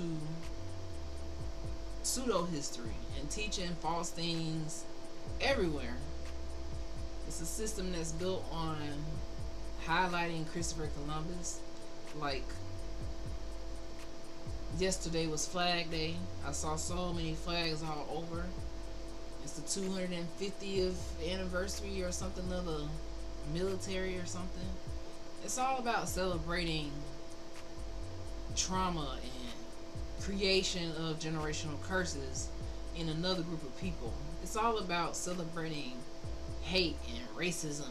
Yeah, it's like, when do you guys get tired of celebrating shit like that? Frankly, you know, when do you get tired of cherry picking and saying things on paper but not really abiding by equality and, you know, sending troops out without food? And it just shows you the level of character these people have. A lot of them. Carelessness. Creating chaos. And I've been seeing all of us talking about how the government, these protests are trying to gaslight the Needy into getting into a fight that isn't our own. Because when we was marching, when we was doing all these things, you know, we were the only one who showed up, and it turned into bloodshed sometimes, many times, most times, you know. So right now, my Needy, it's a different climate. Things are very different. How you move is different, and we just have to continue to share knowledge, continue to break these generational curses one link at a time, continue to detox from pseudo history, show up on your tough days, be creative, stay in your bag, and not give a fuck about how the world judge you or look at you. You know, because you're going to be judged on every level, but be proud, stand tall in who you are. That's why I stand tall in my neediness. I show up unapologetically. I show up anxious a little bit sometimes, but nevertheless showing up and making it count. So when I saw what, you know, Congresswoman Jasmine Crockett had to say, she's bold. Like, she's just telling the truth. Like, and we're just getting the front row seat of how America does not give a damn about true history, equality, or doing things in order. There's never been a government that does things in order. It's always been manipulation, trickery, fuckery, shit like that. All the time. All the time. Like, let's just be honest. So do we expect anything different? No. We don't. We don't. But half of this year is gone, and it's just been nothing but craziness the whole time. Tariffs, protests, unrest, division, but at the same time, the Needy are rising. Somebody told me, once you get into the Needy community, you don't feel alone. I'm still trying to find a Needy community. I have connected with some, but not a lot, but some. So I'm just continuing to follow that growth, standing firm on who the fuck I am, and being me, you know, enjoying my streaming journey on my little weak ass stream days. Still show with a smile and try to motivate somebody out there to be your best self and authentically you at all times, and to never, ever, ever, ever, ever dim your motherfucking light for nobody. You know, your light gonna shine different from mine. My light gonna shine different from yours, and that's okay. When we come together, we just gonna have a big bright light. More positivity. But we rebuke all negativity. We rebuke all haters. We rebuke all energy that is not aligning.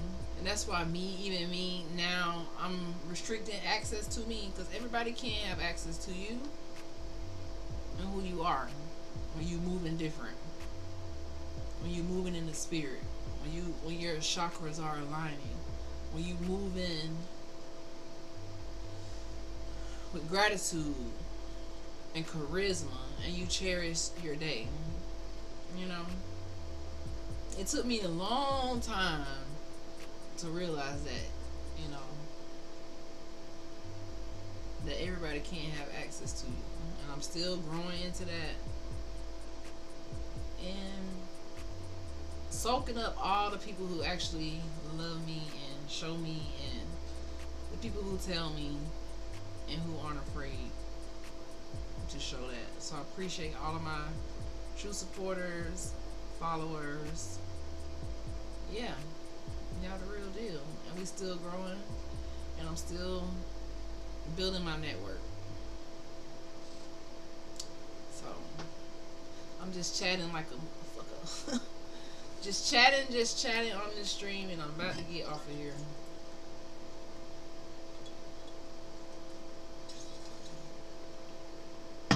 Because I went over my little 2-hour goal. Alright. It's time to get off of this stream. Making all this noise. And I will be back tomorrow. And I don't know if I'll have a topic tomorrow. It'll probably just be another chill stream. I'm not really in the mood to create topics right now. I'm just trying to really be consistent, deal with my emotions when it comes to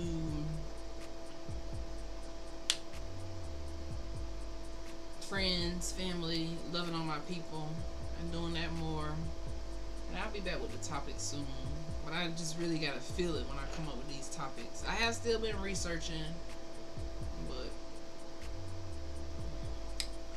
right now I'm enjoying these chill, awkward ass lives. Can we agree? They chill and they awkward, but they consistent. So yeah, chill and awkward for now. Like I said, we are growing. We are hitting 1K. 1K a day. 1K a day. Hey, 1K a day. Hey, hey, hey, hey, hey, hey, hey, hey.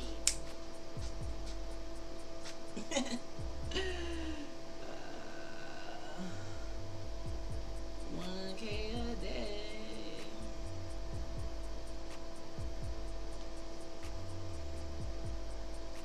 That's what we doing.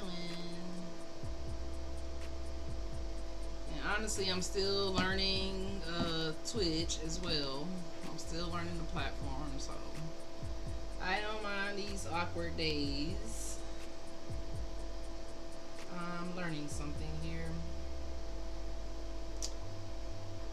Tomorrow, which is already here, which is Sunday here, later today, I am going to go live. I'm also today going to do some CE courses with dentistry. I have some paperwork to do, and it should be like a chill Sunday, but I kind of had a pretty chill Saturday and Friday, even though I still didn't chill. I don't know. Tomorrow I'm gonna have it's supposed to be sunny, so I want to go wash the car, run a few errands, take some CE courses, get ready for the week, and keep it going. And I really need to count and see what day we are on this consistency challenge. I know we are approaching 30 days. So that means 1 month down, 11 more months to go. And this time, I don't plan on quitting. I know some days get tough like today, but I don't plan on quitting. Even though I didn't want to do this, I pushed past the hour. I pushed past 2 hours. And I'm tempted to stay 3.5. Because the thing with Twitch, I noticed, is the longer you stay, the more exposure it gives you. You know, that's one thing I did notice about Twitch. They don't really have algorithms and shit like that, but you stay longer, some kind of way it pushes you with more views. And I have certain metrics and goals to hit on Twitch. I'm flying through my goals and metrics on there, but I'm still figuring out the nooks and the crannies of how to grow. And I've included it on my Facebook and YouTube for now, just because I have audiences there. I'm trying to get my audience to come over to Twitch, but for now, it's cool.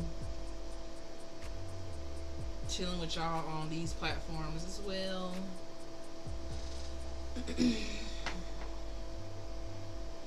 Chilling with y'all.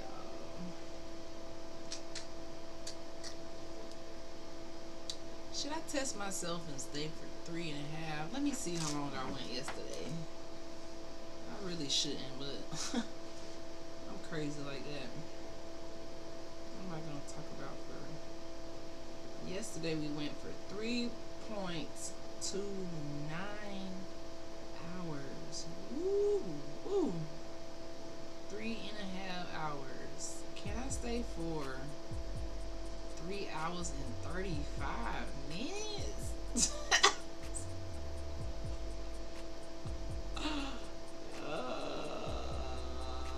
Can I stay for 3 hours and 35 minutes?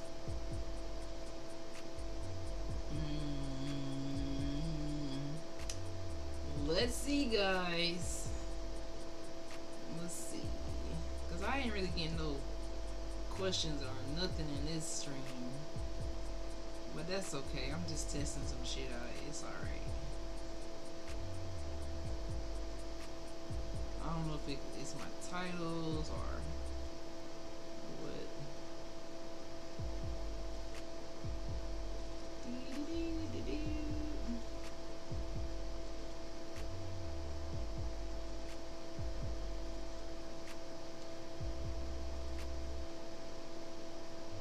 Yeah, so that means that I will have to stay for another hour and 10 minutes. I don't think I can do it.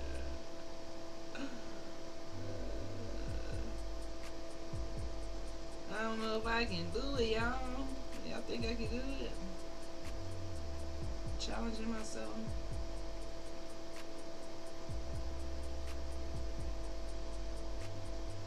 Oof.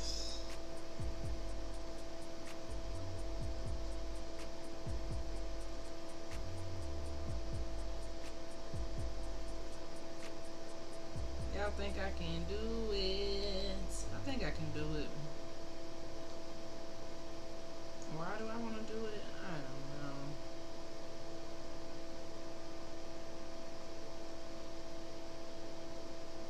know. Well, they went crazy with these dang on protests. What the hell?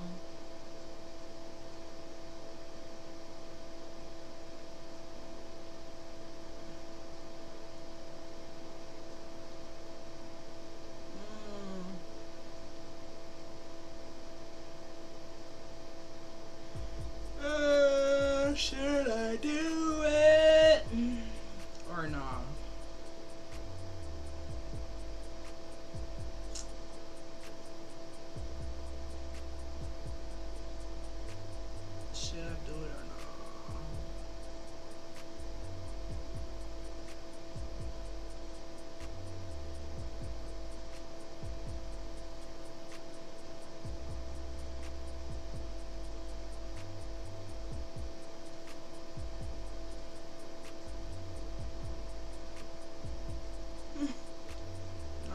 keep seeing this Trump protest turn into a disaster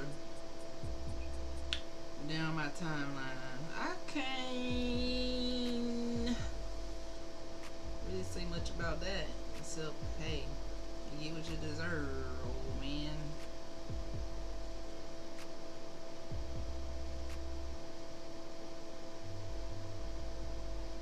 And illegal migrants are throwing rocks and ice rocks. What?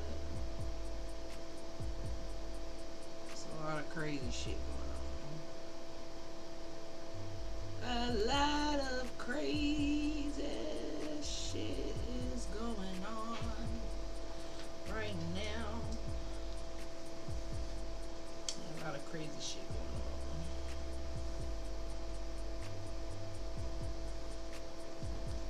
I'm gonna turn this music down a bit. But yeah, if I go today for 3.5 hours, ooh.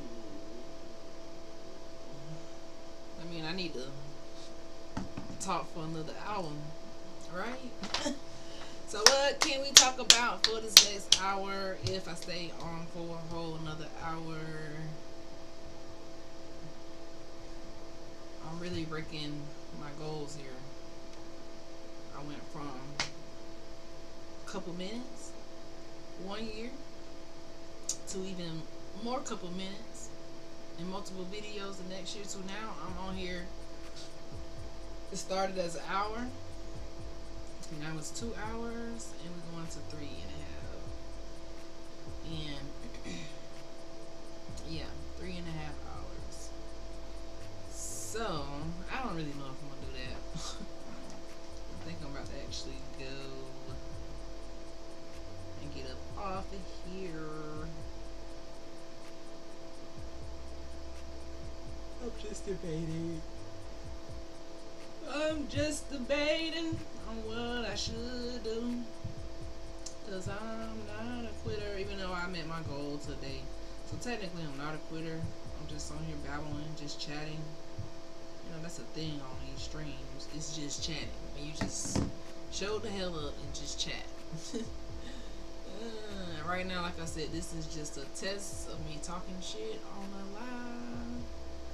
Talking shit on the live. I'm just testing myself.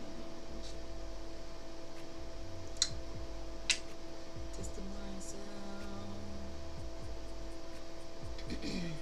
But yeah. Let's talk about summer 2025. Yeah, let's talk about that for a little while. Summer 2025. Okay. Tourism is down summer 2025. You know, groceries are up. Everything is high summer 2025. There's a lot of propaganda going on summer 2025. How do we still make this the best summer ever? Some people would suggest not monitoring the news and not paying attention to the propaganda, but it's kind of hard for me as a dentist to not pay attention because I always need to be kind of in the loop a little bit, you know, see what's going on around the world. I could just remember when 2020 came, it was something going on across the other side of the world, and I was like dipping and diving into the news like I do now. And I was like, oh no, that's over there. That ain't gonna come over here. And I'd be damned. The moment I said that, that shit was over here. We was locked down, all these things. So that's when it really taught me, hey, you kind of need to be in the know with a little bit of world news, especially when it can potentially impact where you are. So that kind of taught me to stay in the loop a little bit, because that shut the whole world down pretty much, I think, you know. So it wasn't too many places not impacted by it, but especially here on American soil. And we could be having tunnel vision because they say people in America only see inside like a microwave when the world is so big. So I don't really know. And that's the one thing I dislike about colonization and the white supremacy and all these things, because it keeps your mind in a place where you can't really see outside of reality sometimes. It keeps you in the matrix, working every day, stressing every day, worried about bills, worried about debt, worried all the fucking time. That's why James Baldwin, when he moved overseas, he left his family, he moved overseas. One of the important things he said was when he left, he could be truly creative because he didn't have the pressures of living on this soil on his back as a melanated person, you know. So America just is in turmoil right now, and a lot of people are impacted by it, you know. So that's why we have to do what we've been talking about pretty much this whole stream. Stay creative. Stay in your bag. Like, do you. And don't let it cheat you out your spot. Don't let it cheat you out your spot. Many days I feel like I'm getting tricked out my spot, but I just refuse to let it happen. You know what I mean? Like, I just refuse to let it go down like that. I don't want to go out like that. So that's why you gotta try every single day, my Niji. You gotta try every single day. Challenge yourself every single day. And not challenging yourself for stress. I'm talking about challenging yourself to love yourself. So this summer, we're going to have a great 2025 summer.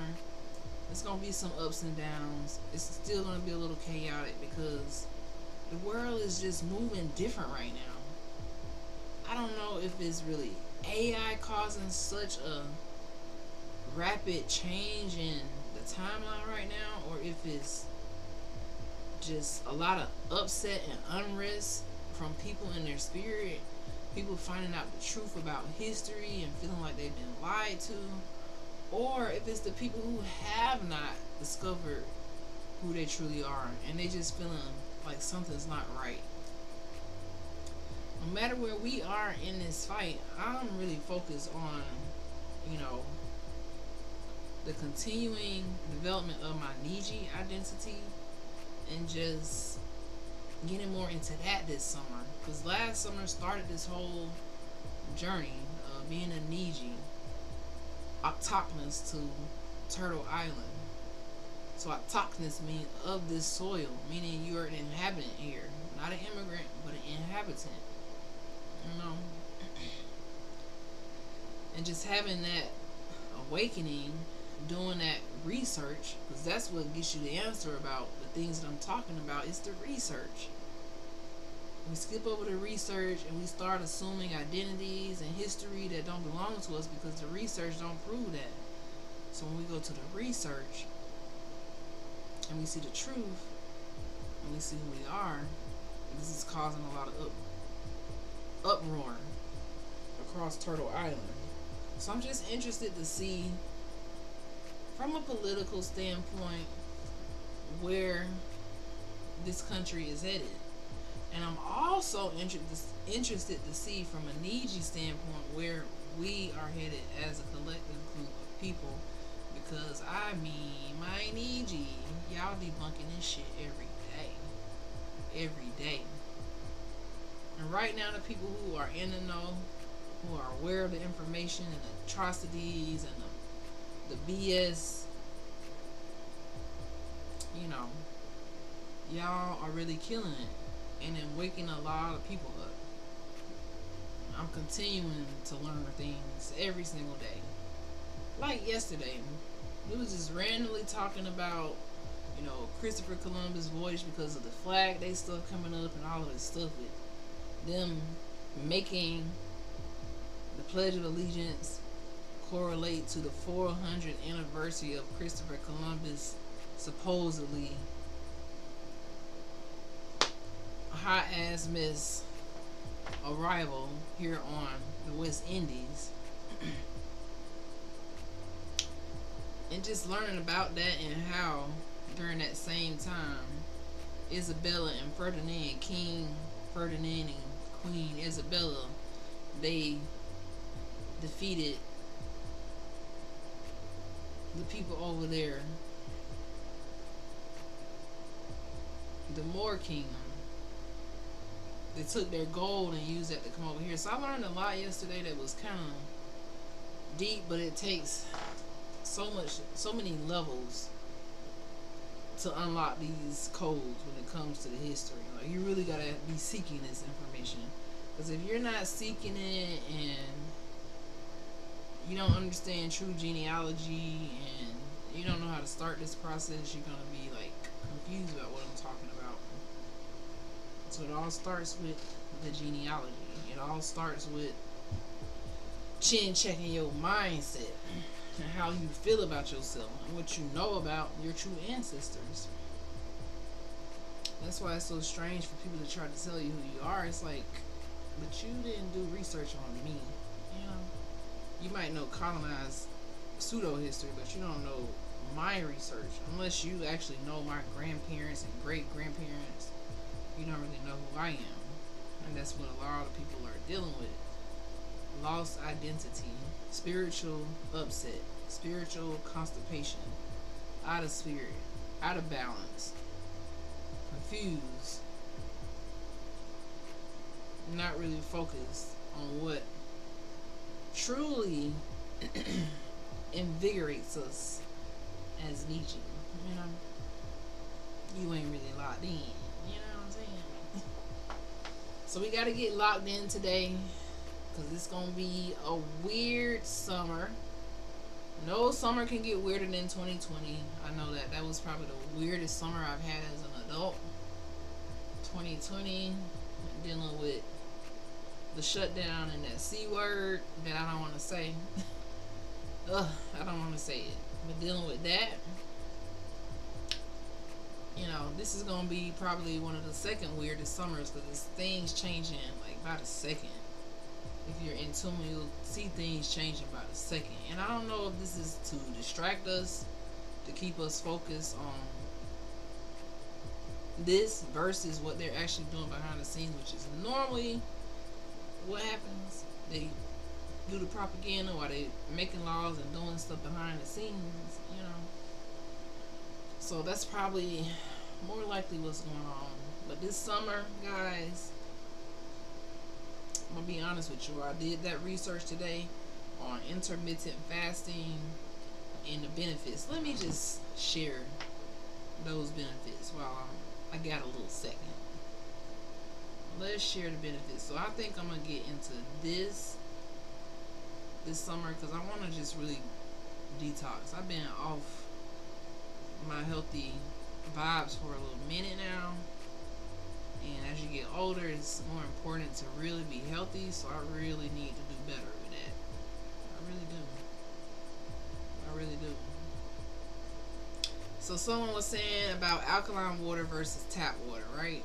So I even go to the store and sometimes I buy alkaline water because I'm thinking this is better, right? So today I asked my chat, I was like, tell me about alkaline water versus tap water. Like, is one really more beneficial? And give me some research. So it says is alkaline water really better than tap or filtered water, or is it just a hype with a fancy label?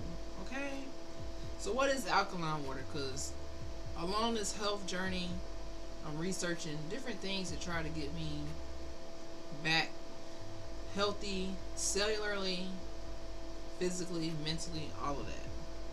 So alkaline water, pH between 8 to 10 versus neutral water. So most people have tap water, which is 7, or bottled water, maybe like a 7. But alkaline water is more basic. Okay? So the lower the number, that's more acidic. So neutral water is 7, so it's a little bit more acidic, but not much. But alkaline water is 8 to 10. It's a little more basic. So the thought process is it gets rid of the acidity in your body.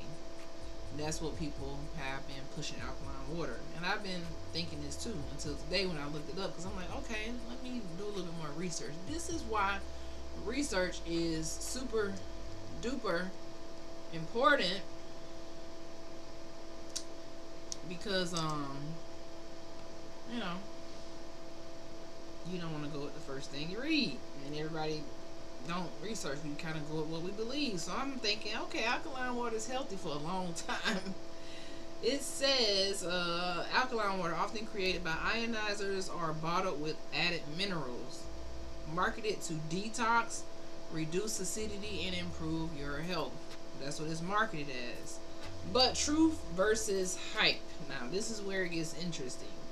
So it claims to have better hydration. Research shows from Shaki et al. 2016, it only has a slight edge only post-exercise. So the only time it has better hydration than tap water is saying is post-exercise, because you need more electrolytes.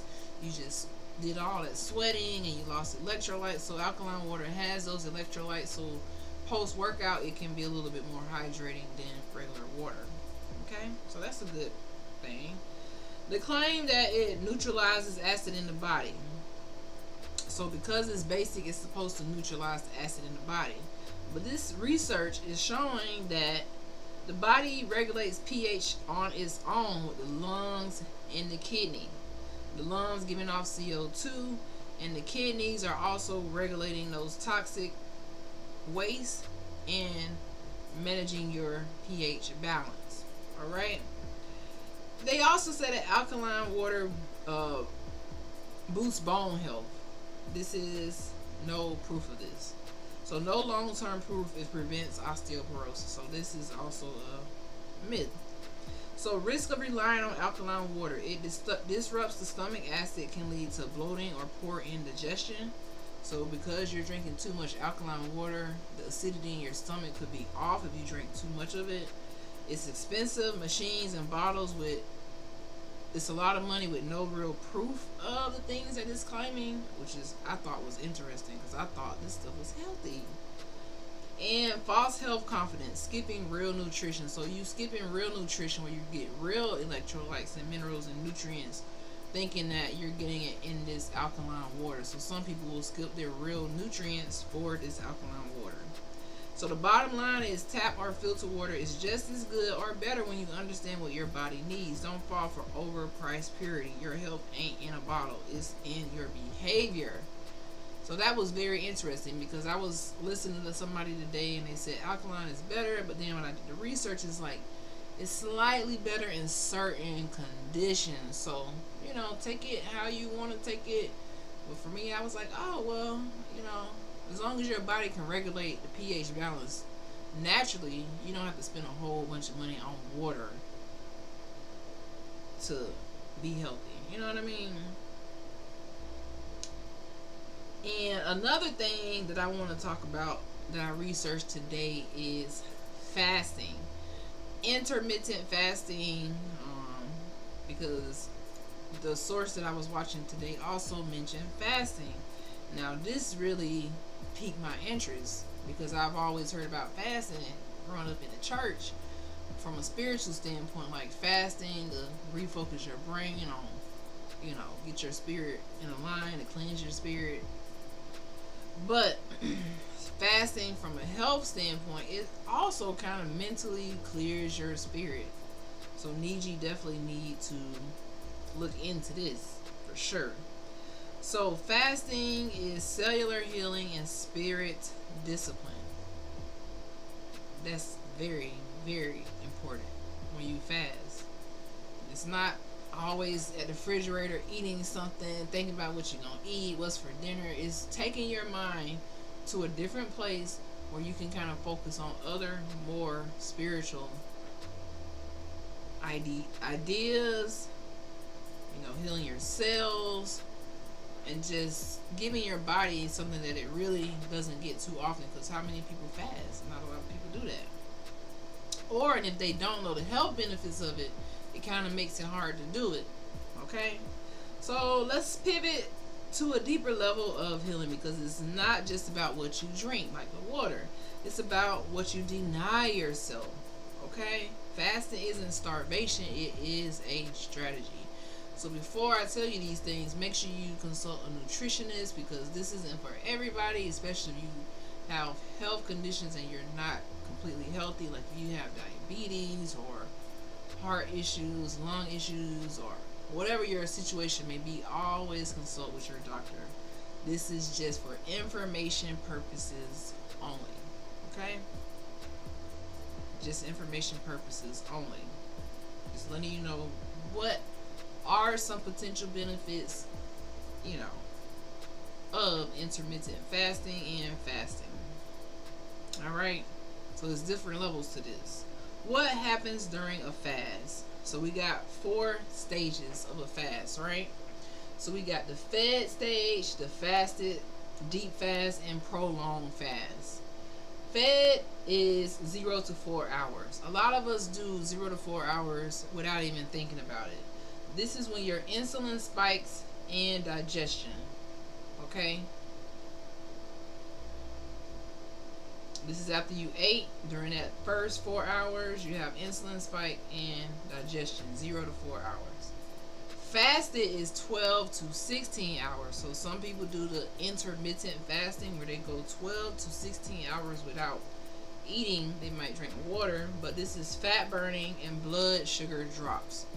So you get a decrease in blood sugar. So that's why I said if you're a diabetic, if you fast, your blood sugar can drop too low. And this could create a diabetic crisis. So you don't want to do that. Consult with your doctor, because this is only for information purposes only. Alright? So fasting is 12 to 16 hours, which is mostly like intermittent fasting, where you have 8-hour window to eat, and then you have the rest of the day you're not eating. This is going to burn more fat for you and decrease your blood sugar. Regulate your blood sugar. A deep fast, this is almost 24 hours. So 18 to 24 hours starts autophagy. And you know what? I'm saying that word how the hell I want to say it, but I like to make sure I'm saying this word right. Autophagy. I feel like I'm not.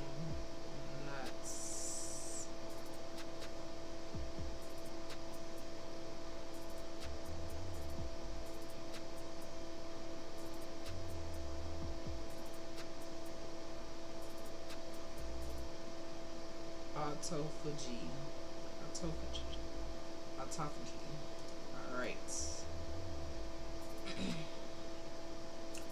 So, where was I? Autophagy. Cell repair or ketones. So, when you go to a deep fast, you get ketones and autophagy. AUTOPHAGY. Cell repair. So, that's why going up into a day, your body gets rid of the old damaged cells and replenishes with new cells, so you can get cell repair when you fast. Okay, a deep fast is what it's called. Now a prolonged fast is 48 to 72 hours, which is a little bit more strenuous, but during these type of fasts, 48, which is 2 days, or 72 hours, which is 3 days, you can get immune cell regeneration and stem cell boost. Immune cell regeneration and stem cell boost. So they're saying like this can be beneficial to decrease your risk of cancer and things like that, because if you're renewing your immune cells, this is going to help you fight, and stem cells is going to help your mind and your thinking, so your body has a built-in healing switch, but you got to fast to get to it. Now I like that, because this is going to be another challenge for me. Consistent, one thing. Fasting, that's another thing. I struggle with food. I struggle with eating what the hell I want. Even though I don't eat like pork and beef and chicken and stuff like that anymore, I still eat what I want. Like this ice strawberry lemon loaf cake. I'm not supposed to be eating that. So I'm still not doing completely right. So I feel like this is a great way to reset the body and get back on the right track. And I'm all down for some autophagy. Autophagy. Okay, some cellular regeneration, cellular repair, immune cell regeneration, stem cell boost. I'm all down for that. So yeah, I need to get on to the ball game. But this is going to take a mental, preparation to do this. But I want to do it because I want to get healthier. Alright? I want to use my body's built-in healing switch. Can we do that? But it only activates when you stop feeding your ego in your mouth. Stop feeding our ego in our mouth. I gotta stop doing that. So the benefits of intermittent fasting. So the intermittent fasting, that's like 12 hours, which is a fasted state, which is just fat burning and blood sugar control. It's not a deep fast. So intermittent is a good place to start. So the benefits of this is boost brain functions, BDNF, neurogenesis, regenerates immune system. Well, that's if you go a little bit longer. And cuts inflammation and supports longevity. Connects you back to discipline, clarity, and purpose. Okay? The ancestors knew this. Fasting was always spiritual. It quiets the flesh so you can hear the soul. This is what I'm trying to do. Quiets the flesh so you can hear the soul. How amazing is that? Like, just by doing something such as fasting, getting away from the food, stop feeding your ego, stop feeding your mouth, and just drinking a little water, and just getting away from the everyday mundane of eating routine. You know what I mean? That's kind of like this broadcast tonight. It wasn't a plan, but it got me away from the routine, because sometimes that can be draining as well, burning your brain out trying to think of new shit to say on live all the time. It's like, I don't feel like thinking today. I just want to show the hell up, and whatever happens, happens. But I was researching this earlier, so I just thought I would share with you guys kind of what I've been looking at today. That's why I showed you the Jasmine Crockett. I thought that was very tea, like she called them out. Okay? And then this fasting information, because I was watching Tim and Phoebe, so I wanted to look into the alkaline water, see what the risk for the benefits. Is it really worth the dime, or am I really okay with the system that I have? Like how our ancestors, they didn't have bottled water, so and then with the intermittent fasting, I think that it's going to be so beneficial if I can add this at least to my routine once a month. I'm not sure, but just to get the benefit. We can all use a detox, especially when we know that this is something spiritual as Niji. When we know that this is something that is going to, quiet our flesh, get us out of the gluttony, get us out of the sweet tooth. You see I got a sweet tooth? Get us out of the sweet tooth. Get us back to hearing our soul. Do you think that, now this is a question, do you guys think that fasting and doing this can help you reconnect to your creativity? I'm gonna go ahead and answer that. I think it does, fasting, because if it connects you back to discipline, part of creativity is being disciplined to your spirit, to your craft, to being who you are unapologetically, and not letting the world fuck that up, right?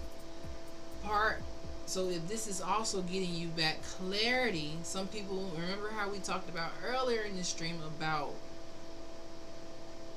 really like creative constipation or a creative block, kind of like a writer's block. So fasting can get you some clarity because you're not thinking about food, and it can also get you back to your purpose, because when we watch these 600-pound life shows and all these things, part of the issue is food has become the purpose, and food can overtake your life, and before you know it, it's out of control, especially when it comes to health. okay? It can get out of control. You can get all kinds of diseases and illnesses that sometimes aren't reversible. So why not take a chance after you talk to your healthcare provider, or even just researching this stuff and then presenting it to them, you know? Or if you're healthy, it might not bother you, but just be cautious. But just knowing that something like this brings discipline, it brings clarity, it brings purpose. I'm all about that. So that's why I say this summer I want to tap deeper into my authenticity, deeper into the autonomy of being who I am and the things that I like, and have more clarity for my vision, for the things that I'm creating, and for my life, for my arts, for my crafts, for my dentistry. So fasting can only benefit me, especially from a healthy standpoint. Wanting to get back completely in the mindset, mentally, physically, and overcoming any obstacles that may have led me to this poor eating habits. Now, I'm just proud that I don't really get too far off from the eating habits without eating chicken or beef or pork, none of that, turkey, not eating that for a couple years. That helps me out a lot. But now I want to level up even higher, get back on my water. I might drink alkaline water after working out, since I know it's better after a workout. But, you know, just drinking more water, getting away from the sugar, because sugar is more addictive than anything. Sugar is more addictive, which is why we have cavities so prevalent everywhere. Underserved, overserved, everywhere. Everybody got some cavities. Well, not everybody. I take that back. Some people don't have cavities. Some people actually do brush and floss, and they avoid a lot of the sugar, but we're always prone to that every day. So fasting can get you back connected to being disciplined, to brushing your teeth, to flossing, to drinking water. Water is good for your body, it's good for your teeth, it's just good for your digestion, it's good for your brain. Water is just the bomb.com. So we can get back to discipline and not stuffing our face and feeding every sweet tooth. Like me, I'm on like a YOLO. I've been on a YOLO eating path. Like, I'm just YOLO. You only live once, I'm eat what I want. You know, in the guidelines of not eating the meat part, but just everything else, it's bullshit. I'm eating bullshit. So I want to get back to the discipline, get back to the clarity, get back to my purpose, get back to feeling my best as I go into this next phase of life. Because I'm at this age right now, in the last age of this decade of my life, and headed to a new decade. You know, and discipline, clarity, and purpose is something that definitely needs to be taken into this next level for me. It has to absolutely be taken there. So learning, growing spiritually, mentally, historically, with my neediness, all of that is very, very important. My ancestors are rocking with me here. So that's why fasting is going to be important. And I want to continue to connect spiritually on all those levels. Alright? And I want it's time for me to quiet the flesh and listen to my soul. And continue to listen to my soul as I go through this hood to hooded podcast journey, this consistency challenge of showing up every day and seeing how can I challenge myself even more. How can I challenge you out there watching from afar even more? How can I motivate you to do something you've never done before? Even when you feel scared, even when you feel alone, even when you just need to get back grounded to your discipline and your purpose and your creativity. Even when you're at a space where you feel so low and you can't hear your soul. This is powerful information, how we can use our body as this magical, magnificent machine that it is and reconnect to the spirit. It's just so powerful. So I challenge you all You know, just like I challenge you all to be consistent about something for 365 days. We're all on this challenge. Just pick something easy. You know, the easiest thing that I'm going to recommend is to brush and floss your teeth for 365 days. You know, that's easy. It takes a couple minutes, but that's still very challenging because life happens. You get tired. You don't feel like brushing. It's too late. You know, you don't feel like getting out of bed. It's just aggravating. I get it. I hear it all the time. We all struggle with this. Consistency with lots of things. Discipline. But this is going to help us have clarity. So I think I definitely am going to do intermittent fasting and work my way up to fasting, you know, for at least a day or two, because having my immune cells regenerated and neurogenesis and my stem cells regenerated is very, very clutch. Like, that's amazing, right? So let's go a little bit deeper into more about this topic, right? And drive it home. Some science-backed information. Okay?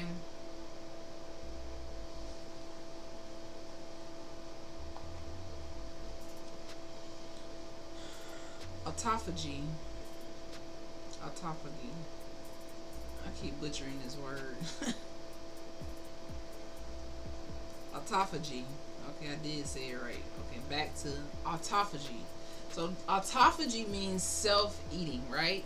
So during fasting, the body enters autophagy where damaged cells are broken down and recycled. But this happens around the 18-hour. Let me make sure. Autophagy happens. Autophagy. 18 to 24 hours. Autophagy. Okay? So that's what we're trying to work ourselves up to. Autophagy. 18 to 24 hours. So you have to fast for 18 hours of the day, meaning you really haven't ate. But you want to plan for this mentally, you know, consult with your healthcare provider. I'm just giving you the information. I keep repeating that for a reason. Because I'm not your doctor, I'm just learning. Alright? So autophagy, self-eating. So during fasting, the body enters autophagy where damaged cells are broken down and recycled. That is very clutch for your body to be able to do that. But in order for it to do that, you can't continue to ingest food, because then it's focused on the current food and storing it, and where we're going to put all this fat, where we're going to store all this food. This person just keep eating and eating and eating. We don't never have time to fucking take a break. That's what your cells saying, like, dang, you just keep eating. So your body got to break down what you continue to consume. So intermittent fasting, or even fasting for longer periods of time, allows your body to do miraculous things. Let's get into it. So autophagy, self-eating. So we want to get rid of those broken down cells and recycle them, right? It also helps remove dysfunctional proteins. Now that's key too. Reduces inflammation, because a lot of times those dysfunctional proteins cause inflammation because your body is trying to get rid of them, but you continue to eat. It's just too much going on. Sometimes you got to give your body a little break from all the food we eat. I'm talking to myself. And it prevents neurodegeneration. So neurodegeneration is Alzheimer's, Parkinson's disease. So if you have a history of Alzheimer's, dementia, Parkinson's, sometimes fasting can prevent that, because guess what?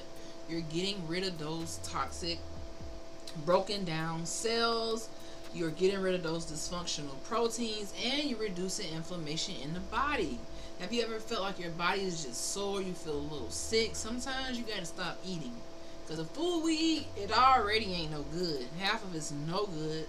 A lot of us eating BS. A lot of us are not eating smoothies and salads and healthy stuff. We're consuming a lot of BS every single day. So this is something that needs like a pause. You need to hit the pause button, like pause for a minute, let your body get back in tune. I'm getting ready to do this because this is just too much benefit for me not to want to fast a couple times a year and to eat healthier. Like, I see these benefits immediately. I had a grandparent suffer with Alzheimer's, so that runs in my family, neurodegeneration. So if I want to prevent this, I got to do the proper steps, not late, but earlier. Okay, so autophagy is activated around 16 to 24 hours into the fast. So the longer you can go into the fast, so that's why some people do 2 days or 3 days, you're activating the self-eating mechanism that is a miracle in your body that breaks down those damaged cells, gets rid of those dysfunctional proteins, and helps you reduce inflammation, ultimately eliminating the neurodegeneration, which leads to the Alzheimer's and the Parkinson's. So Yoshinori Ohsumi won the 2016 Nobel Prize for his discoveries on autophagy. Autophagy.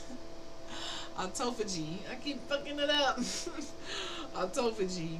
And that was in the Mizushima and Levine Nature Cell Biology 2010, just for reference. Number 2, stem cell regeneration. So prolonged fasting, which is 2 days to 3 days, stimulates new stem cell production, especially in the immune system. Now that's key. So this can reboot white blood cell counts and support tissue repair. How clutch is that? Now that's from Chang et al. Stem Cell 2014. Okay? What? Give you new stem cells for your immune system? How healthy would you be with new stem cells? Now we ain't even giving our body a chance to give us new stem cells. We eating all this stuff, but our body don't have time to break down dysfunctional things. It's just going in chaos. Sometimes you need these detoxing days, is what I'm saying. Mitochondrial health. So the mitochondria is the powerhouse of the cell, the energy producer of the cell. If you ever took like a cellular biology class, I know I'm getting a little nerdy right here. Just bear with me. Just bear with me. Y'all know the nerdiness was going to come out eventually. Okay? So, cellular biology, right? So the mitochondria, you learned this in high school. The mitochondria, this is the powerhouse of the cell, where the power is produced, of the plant cells, human cells, all of that, right? So fasting improves mitochondrial efficiency. So when you fast, your mitochondria become a little bit stronger. The powerhouse gets more powerful. Your cellular powerhouses become better at producing energy. So it's crazy how not eating and fasting sometimes can give you more energy because you're breaking down all of that BS in your body. You're giving your digestive system time to eliminate some of that toxic shit. You know, one class that I took in college, Florida State University, we took, like, what class was that? It wasn't biology. Was it zoology? One of those classes where we had to learn about all of the tapeworms and all of the worms that can get into your gut and your brain and really do damage. And a lot of that comes from eating the meat, because a lot of the meat, if it's undercooked, can have these different worms and things like that. And you know, that's why fasting, getting away from eating all the time, is going to be beneficial, and it gets you back to that disciplined mindset. And I think I done lost my discipline a couple of months ago, if I can just be honest. I lost my discipline, so I want to get back on track. It's never too late. Never too late to add some of these tips and tricks to your healthy regimen, okay? Reduce inflammation and oxidative stress. Intermittent fasting down-regulates inflammatory pathways like NF-κB and boosts antioxidant enzymes, okay? So it's going to increase your antioxidants. So when you have free radicals and cells that are very damaging to your body, the fasting can reduce the inflammation and oxidative stress. So what does this mean? This means that it can help reduce risk for chronic illnesses like cancer, heart disease, and autoimmune conditions by getting rid of some of those worn out proteins. All right. Neurogenesis and brain protection. So increased brain derived neurotropic factor, BDNF, which promotes neuron growth and memory. So this protects you against Alzheimer's and Parkinson's. Fasting also triggers ketone production, a clean brain fuel. All right, this is from Matson MP, Nature Reviews Neuroscience 2012. How cool is that? To protect you from dementia, Alzheimer's, Parkinson's. So it's going to increase the brain-derived neurotrophic factor, which promotes neuron growth and memory. So if you have memory loss, fasting can help you with that in a sense. It can help you increase that brain activity, promote neuron growth, and increase your memory. That is pretty cool. Okay? Other benefits of intermittent fasting: improves insulin sensitivity, mobilizes stored fat, decreases fasting insulin, lowers type 2 diabetes risk, reduces LDL, which is blood pressure, and triglycerides. It may sensitize cancer cells to chemotherapy, and it fasting mimics calorie restriction linked to longer lifespan in animal studies. Okay, now what are some risks? Because we always have risk with everything. That's why I say this is just information purposes only. You definitely have risk when it comes to fasting. It's not for everybody. All right. If you have any type of health conditions, ask your doctor. You're pregnant or breastfeeding, not recommended for you. You're feeding for more than yourself. If you are diabetic, this requires supervision due to blood sugar swings. You don't want to not eat, and then your blood sugar drops. You get blindness, you can't see, you get delirious. You don't want to do that. All right. If you have an eating disorder, you want to avoid doing this because it can trigger a relapse. Or low BMI elderly, you definitely want to monitor for malnutrition. So that's not a good option for everybody.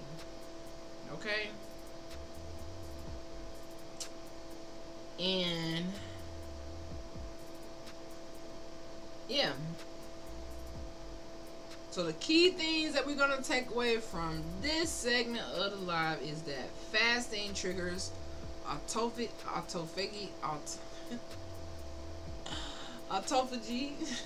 I keep fucking this word up. Autophagy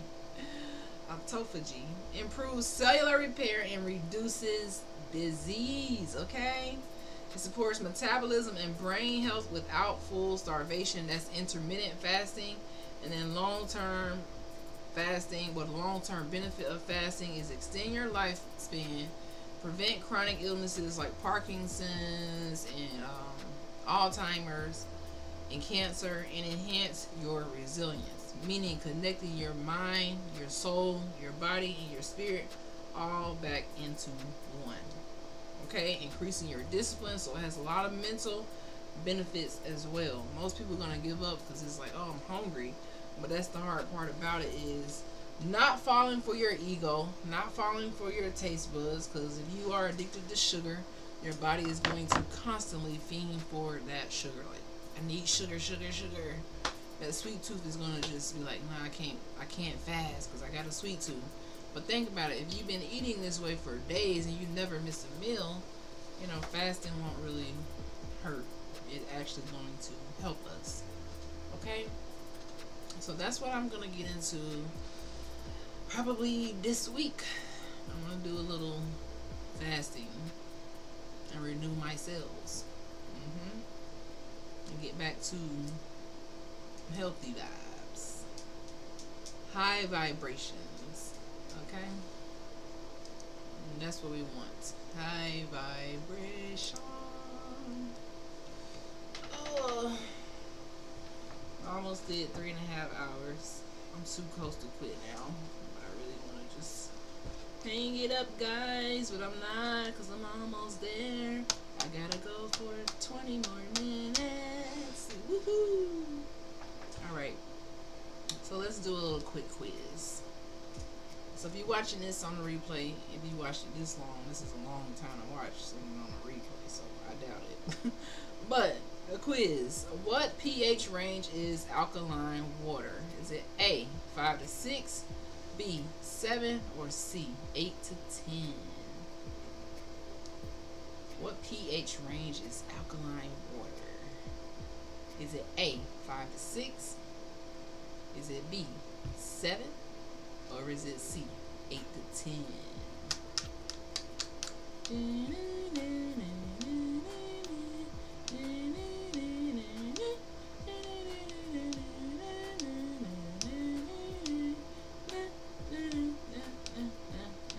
Alright. The answer is C, 8 to 10. So alkaline water, remember, is more basic. So it's going to be above a 7, which is basic. 7 is neutral. So most of the tap water is around 7, but your body regulates your pH very, very tightly from like 7.4 to 7.8, I think. Somewhere around there in the 7 range. Okay? So alkaline water is 8 to 10. Most of the alkaline waters that I see in the store, they're more like 9.5 or something. But yeah. Number 2, what body system regulates your blood pH? Okay, is it A, your muscles? Is it B, your skin? Or is it C, your lungs and kidneys? Actually, let me read the question again. What body systems regulate your blood pH? Okay, is it A, muscles? Is it B, skin? Or is it C, lungs and kidneys?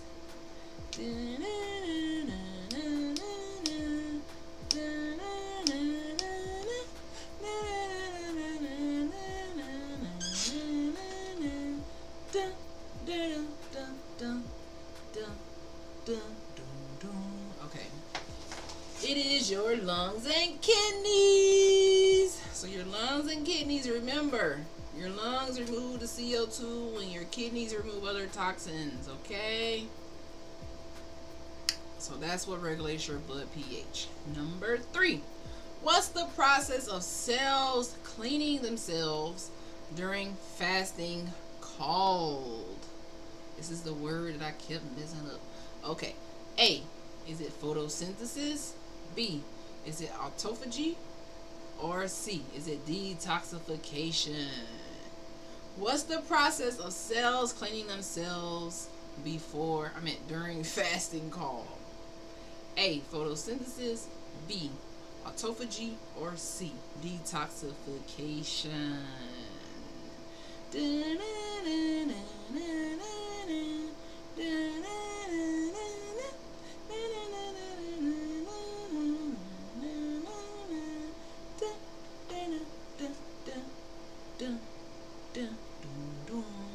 Alright, the answer is autophagy. A-U-T-O-P-H-A-G-Y. Autophagy. Alright, that's self-eating. So they eat all the damaged cells, the dysfunctional proteins, and make you have a healthier body. Alright, moving on to number 4. How long into fasting does stem cells regeneration begin? So how long do you have to fast to get stem cell regeneration, which is going to help improve your immune system? Alright.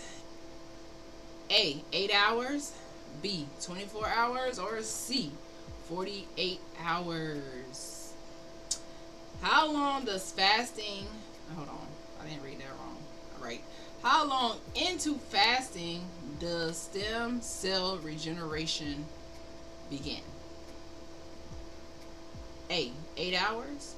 B, 24 hours. Or C, 48 hours.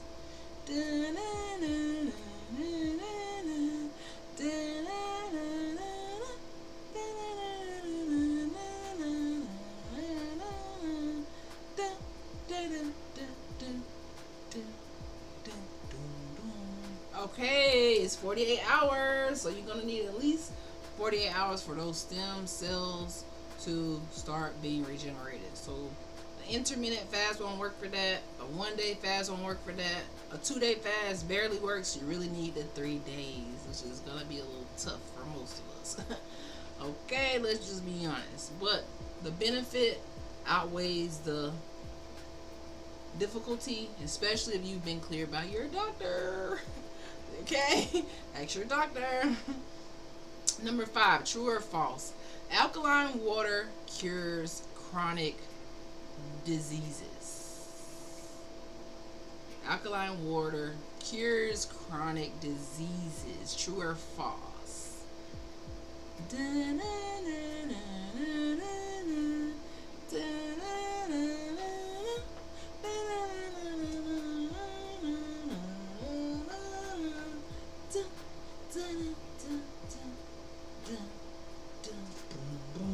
Okay, playing a little bit too much. Okay, true or false? Alkaline water cures chronic diseases. This is false. It helps in niche ways, but not as a cure. Meaning, it helps when you are post-workout. Meaning, you just finished getting off the treadmill. If you drink some alkaline water, it can help, hydrate you. But it's not going to be a cure for diseases. And then when it comes to regulating your pH, which is what we thought it was going to be doing, we learned that your body regulates your pH with the lungs and the kidneys. So it really can mess up the acidity in your stomach because it's basic. So yeah, I learned a lot about alkaline water today. So truth versus myth is a little bit strange. All right, so you are not what you drink, you are what you discipline. Now that's deep. You are not what you drink, you are what you discipline.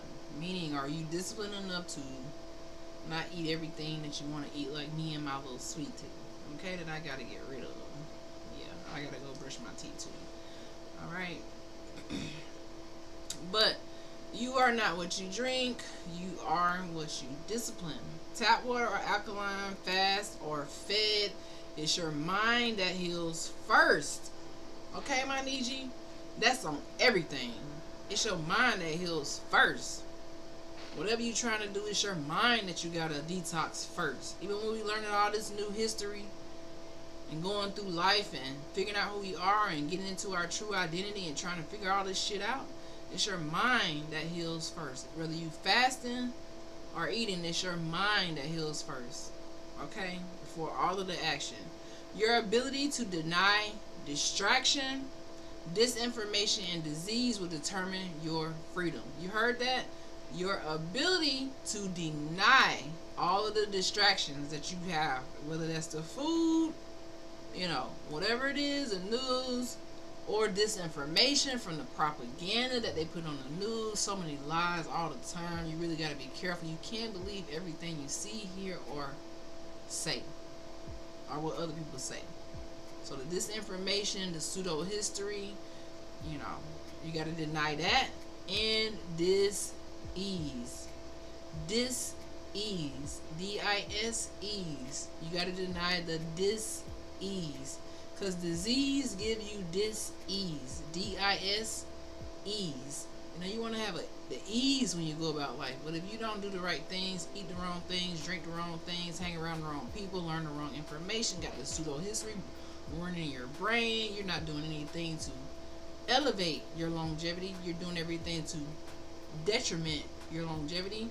Then you won't have freedom. You will be sick mentally, physically, and spiritually. So deny the distractions, deny, the disinformation, and also deny the dis-ease, aka the disease. All right? Drink with wisdom. Okay? Fast with intention. And keep moving from hood to hooded. We are breaking chains, not sipping on trends. All right? We breaking chains, we fact checking, we researching, we collaborating, we networking, we growing, we challenging ourselves. Like me, I challenged myself 3.5 hours. I don't know why I did it. When I started this live, I was tired as fuck. But some kind of way I found the energy, because I said, okay, we did 3.5 yesterday. Let me see if I can test it today. I can't always test this on work days. That's out of the question. Well, I can't even really say that, because anything is possible. Let me never put can't in my vocabulary. Out of here. Let me rephrase that. I can't do anything. I just choose not to because I'm limiting my mindset. But today I challenged myself 3.5. I did it. You know, I don't know what will be the outcome of it. But like I said, a year from now, I'm going to look at this and really be baffled by the growth. Because I already know once you do something consistency, you're going to grow. You just going to grow. Anyways, just for the hell of it. So yeah, we ended this live with some good, juicy information about fasting. I learned a lot today.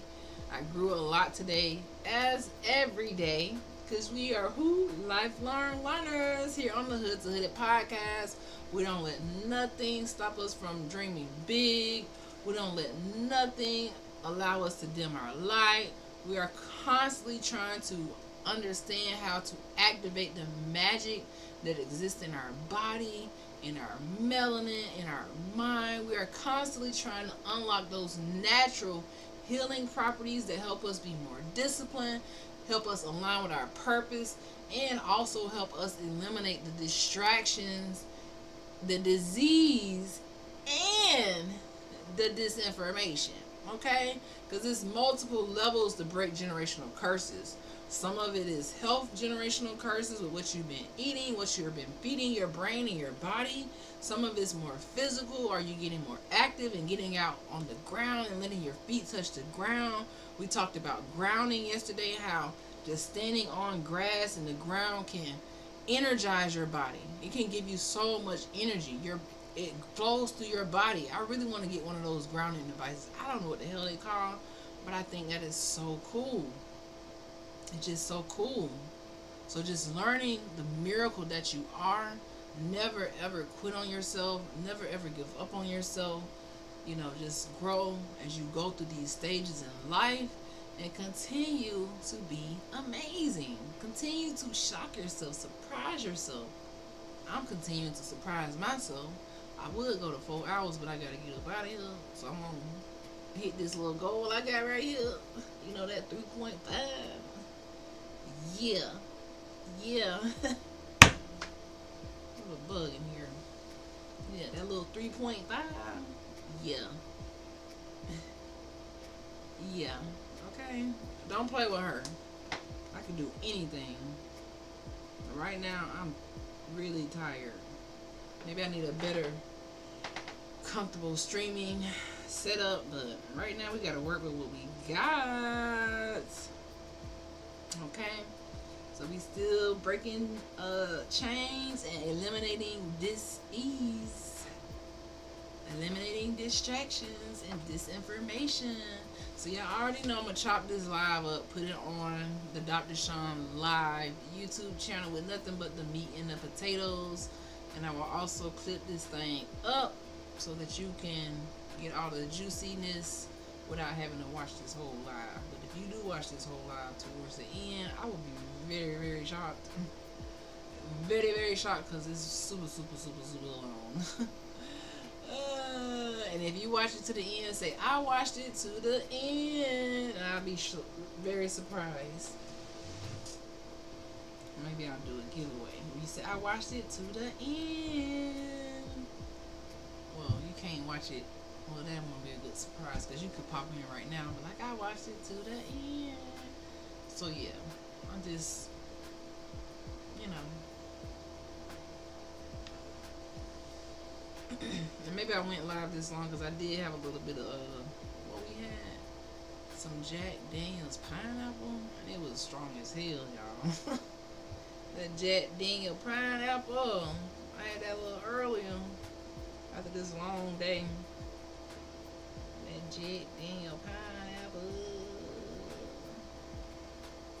Oh, you know what?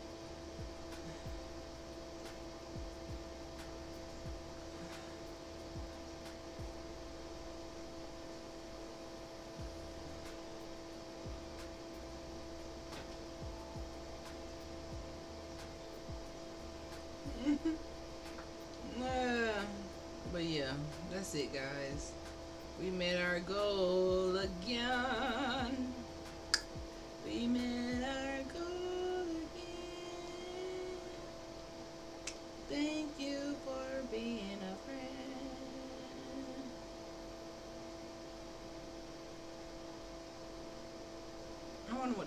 got to say tonight. Let's see what the elder got to say. And then we gonna get up out of here. Let's see what the elder got to say tonight.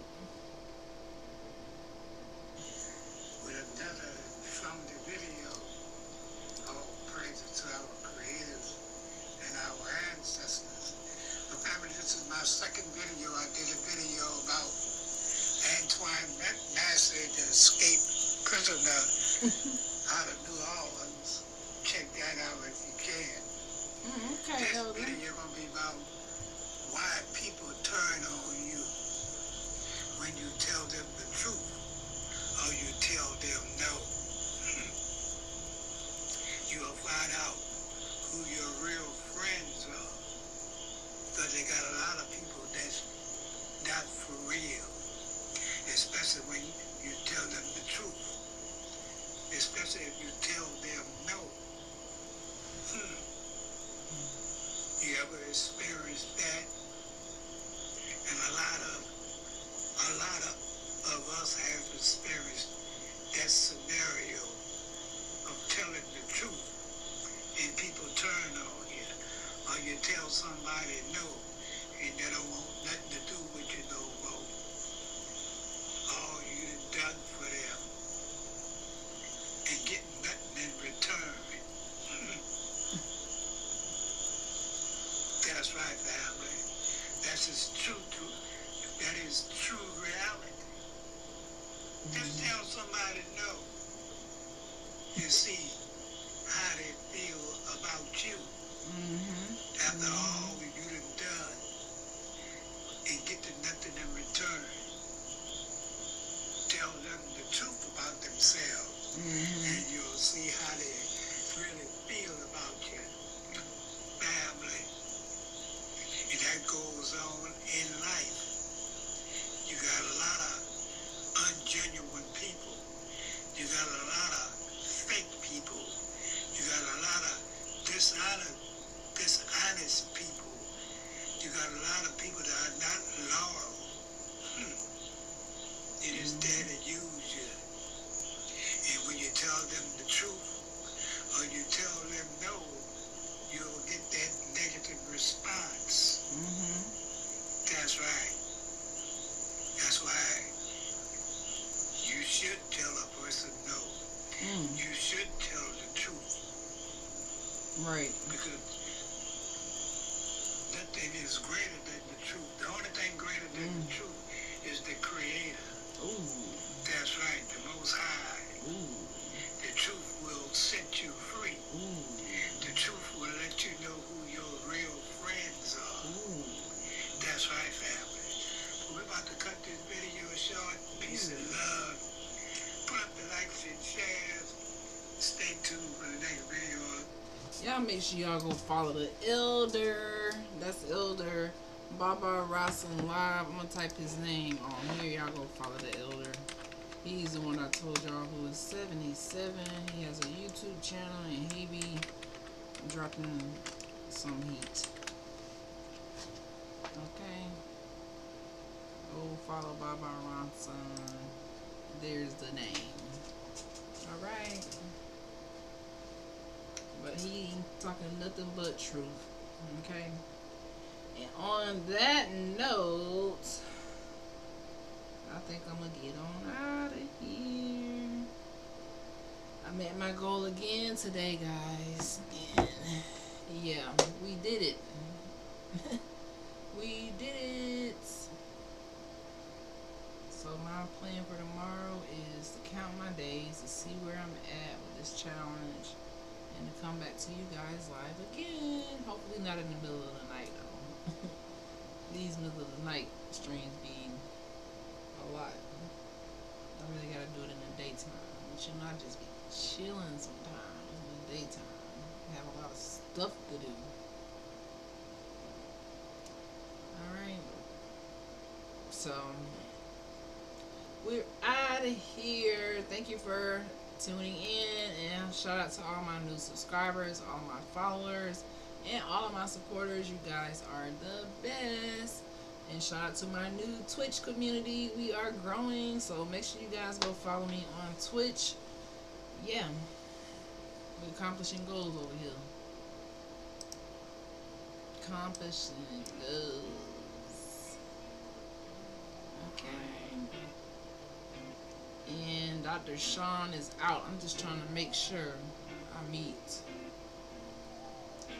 my new goal, which is 3 hours and 35 minutes. I don't see how people do 8 hours. Like, they not lying when they say streaming is no joke. 8 hours? That's a long time. Anything's possible. Oh, but it's time for me to get out of here, guys. That's how fast time goes. 3.5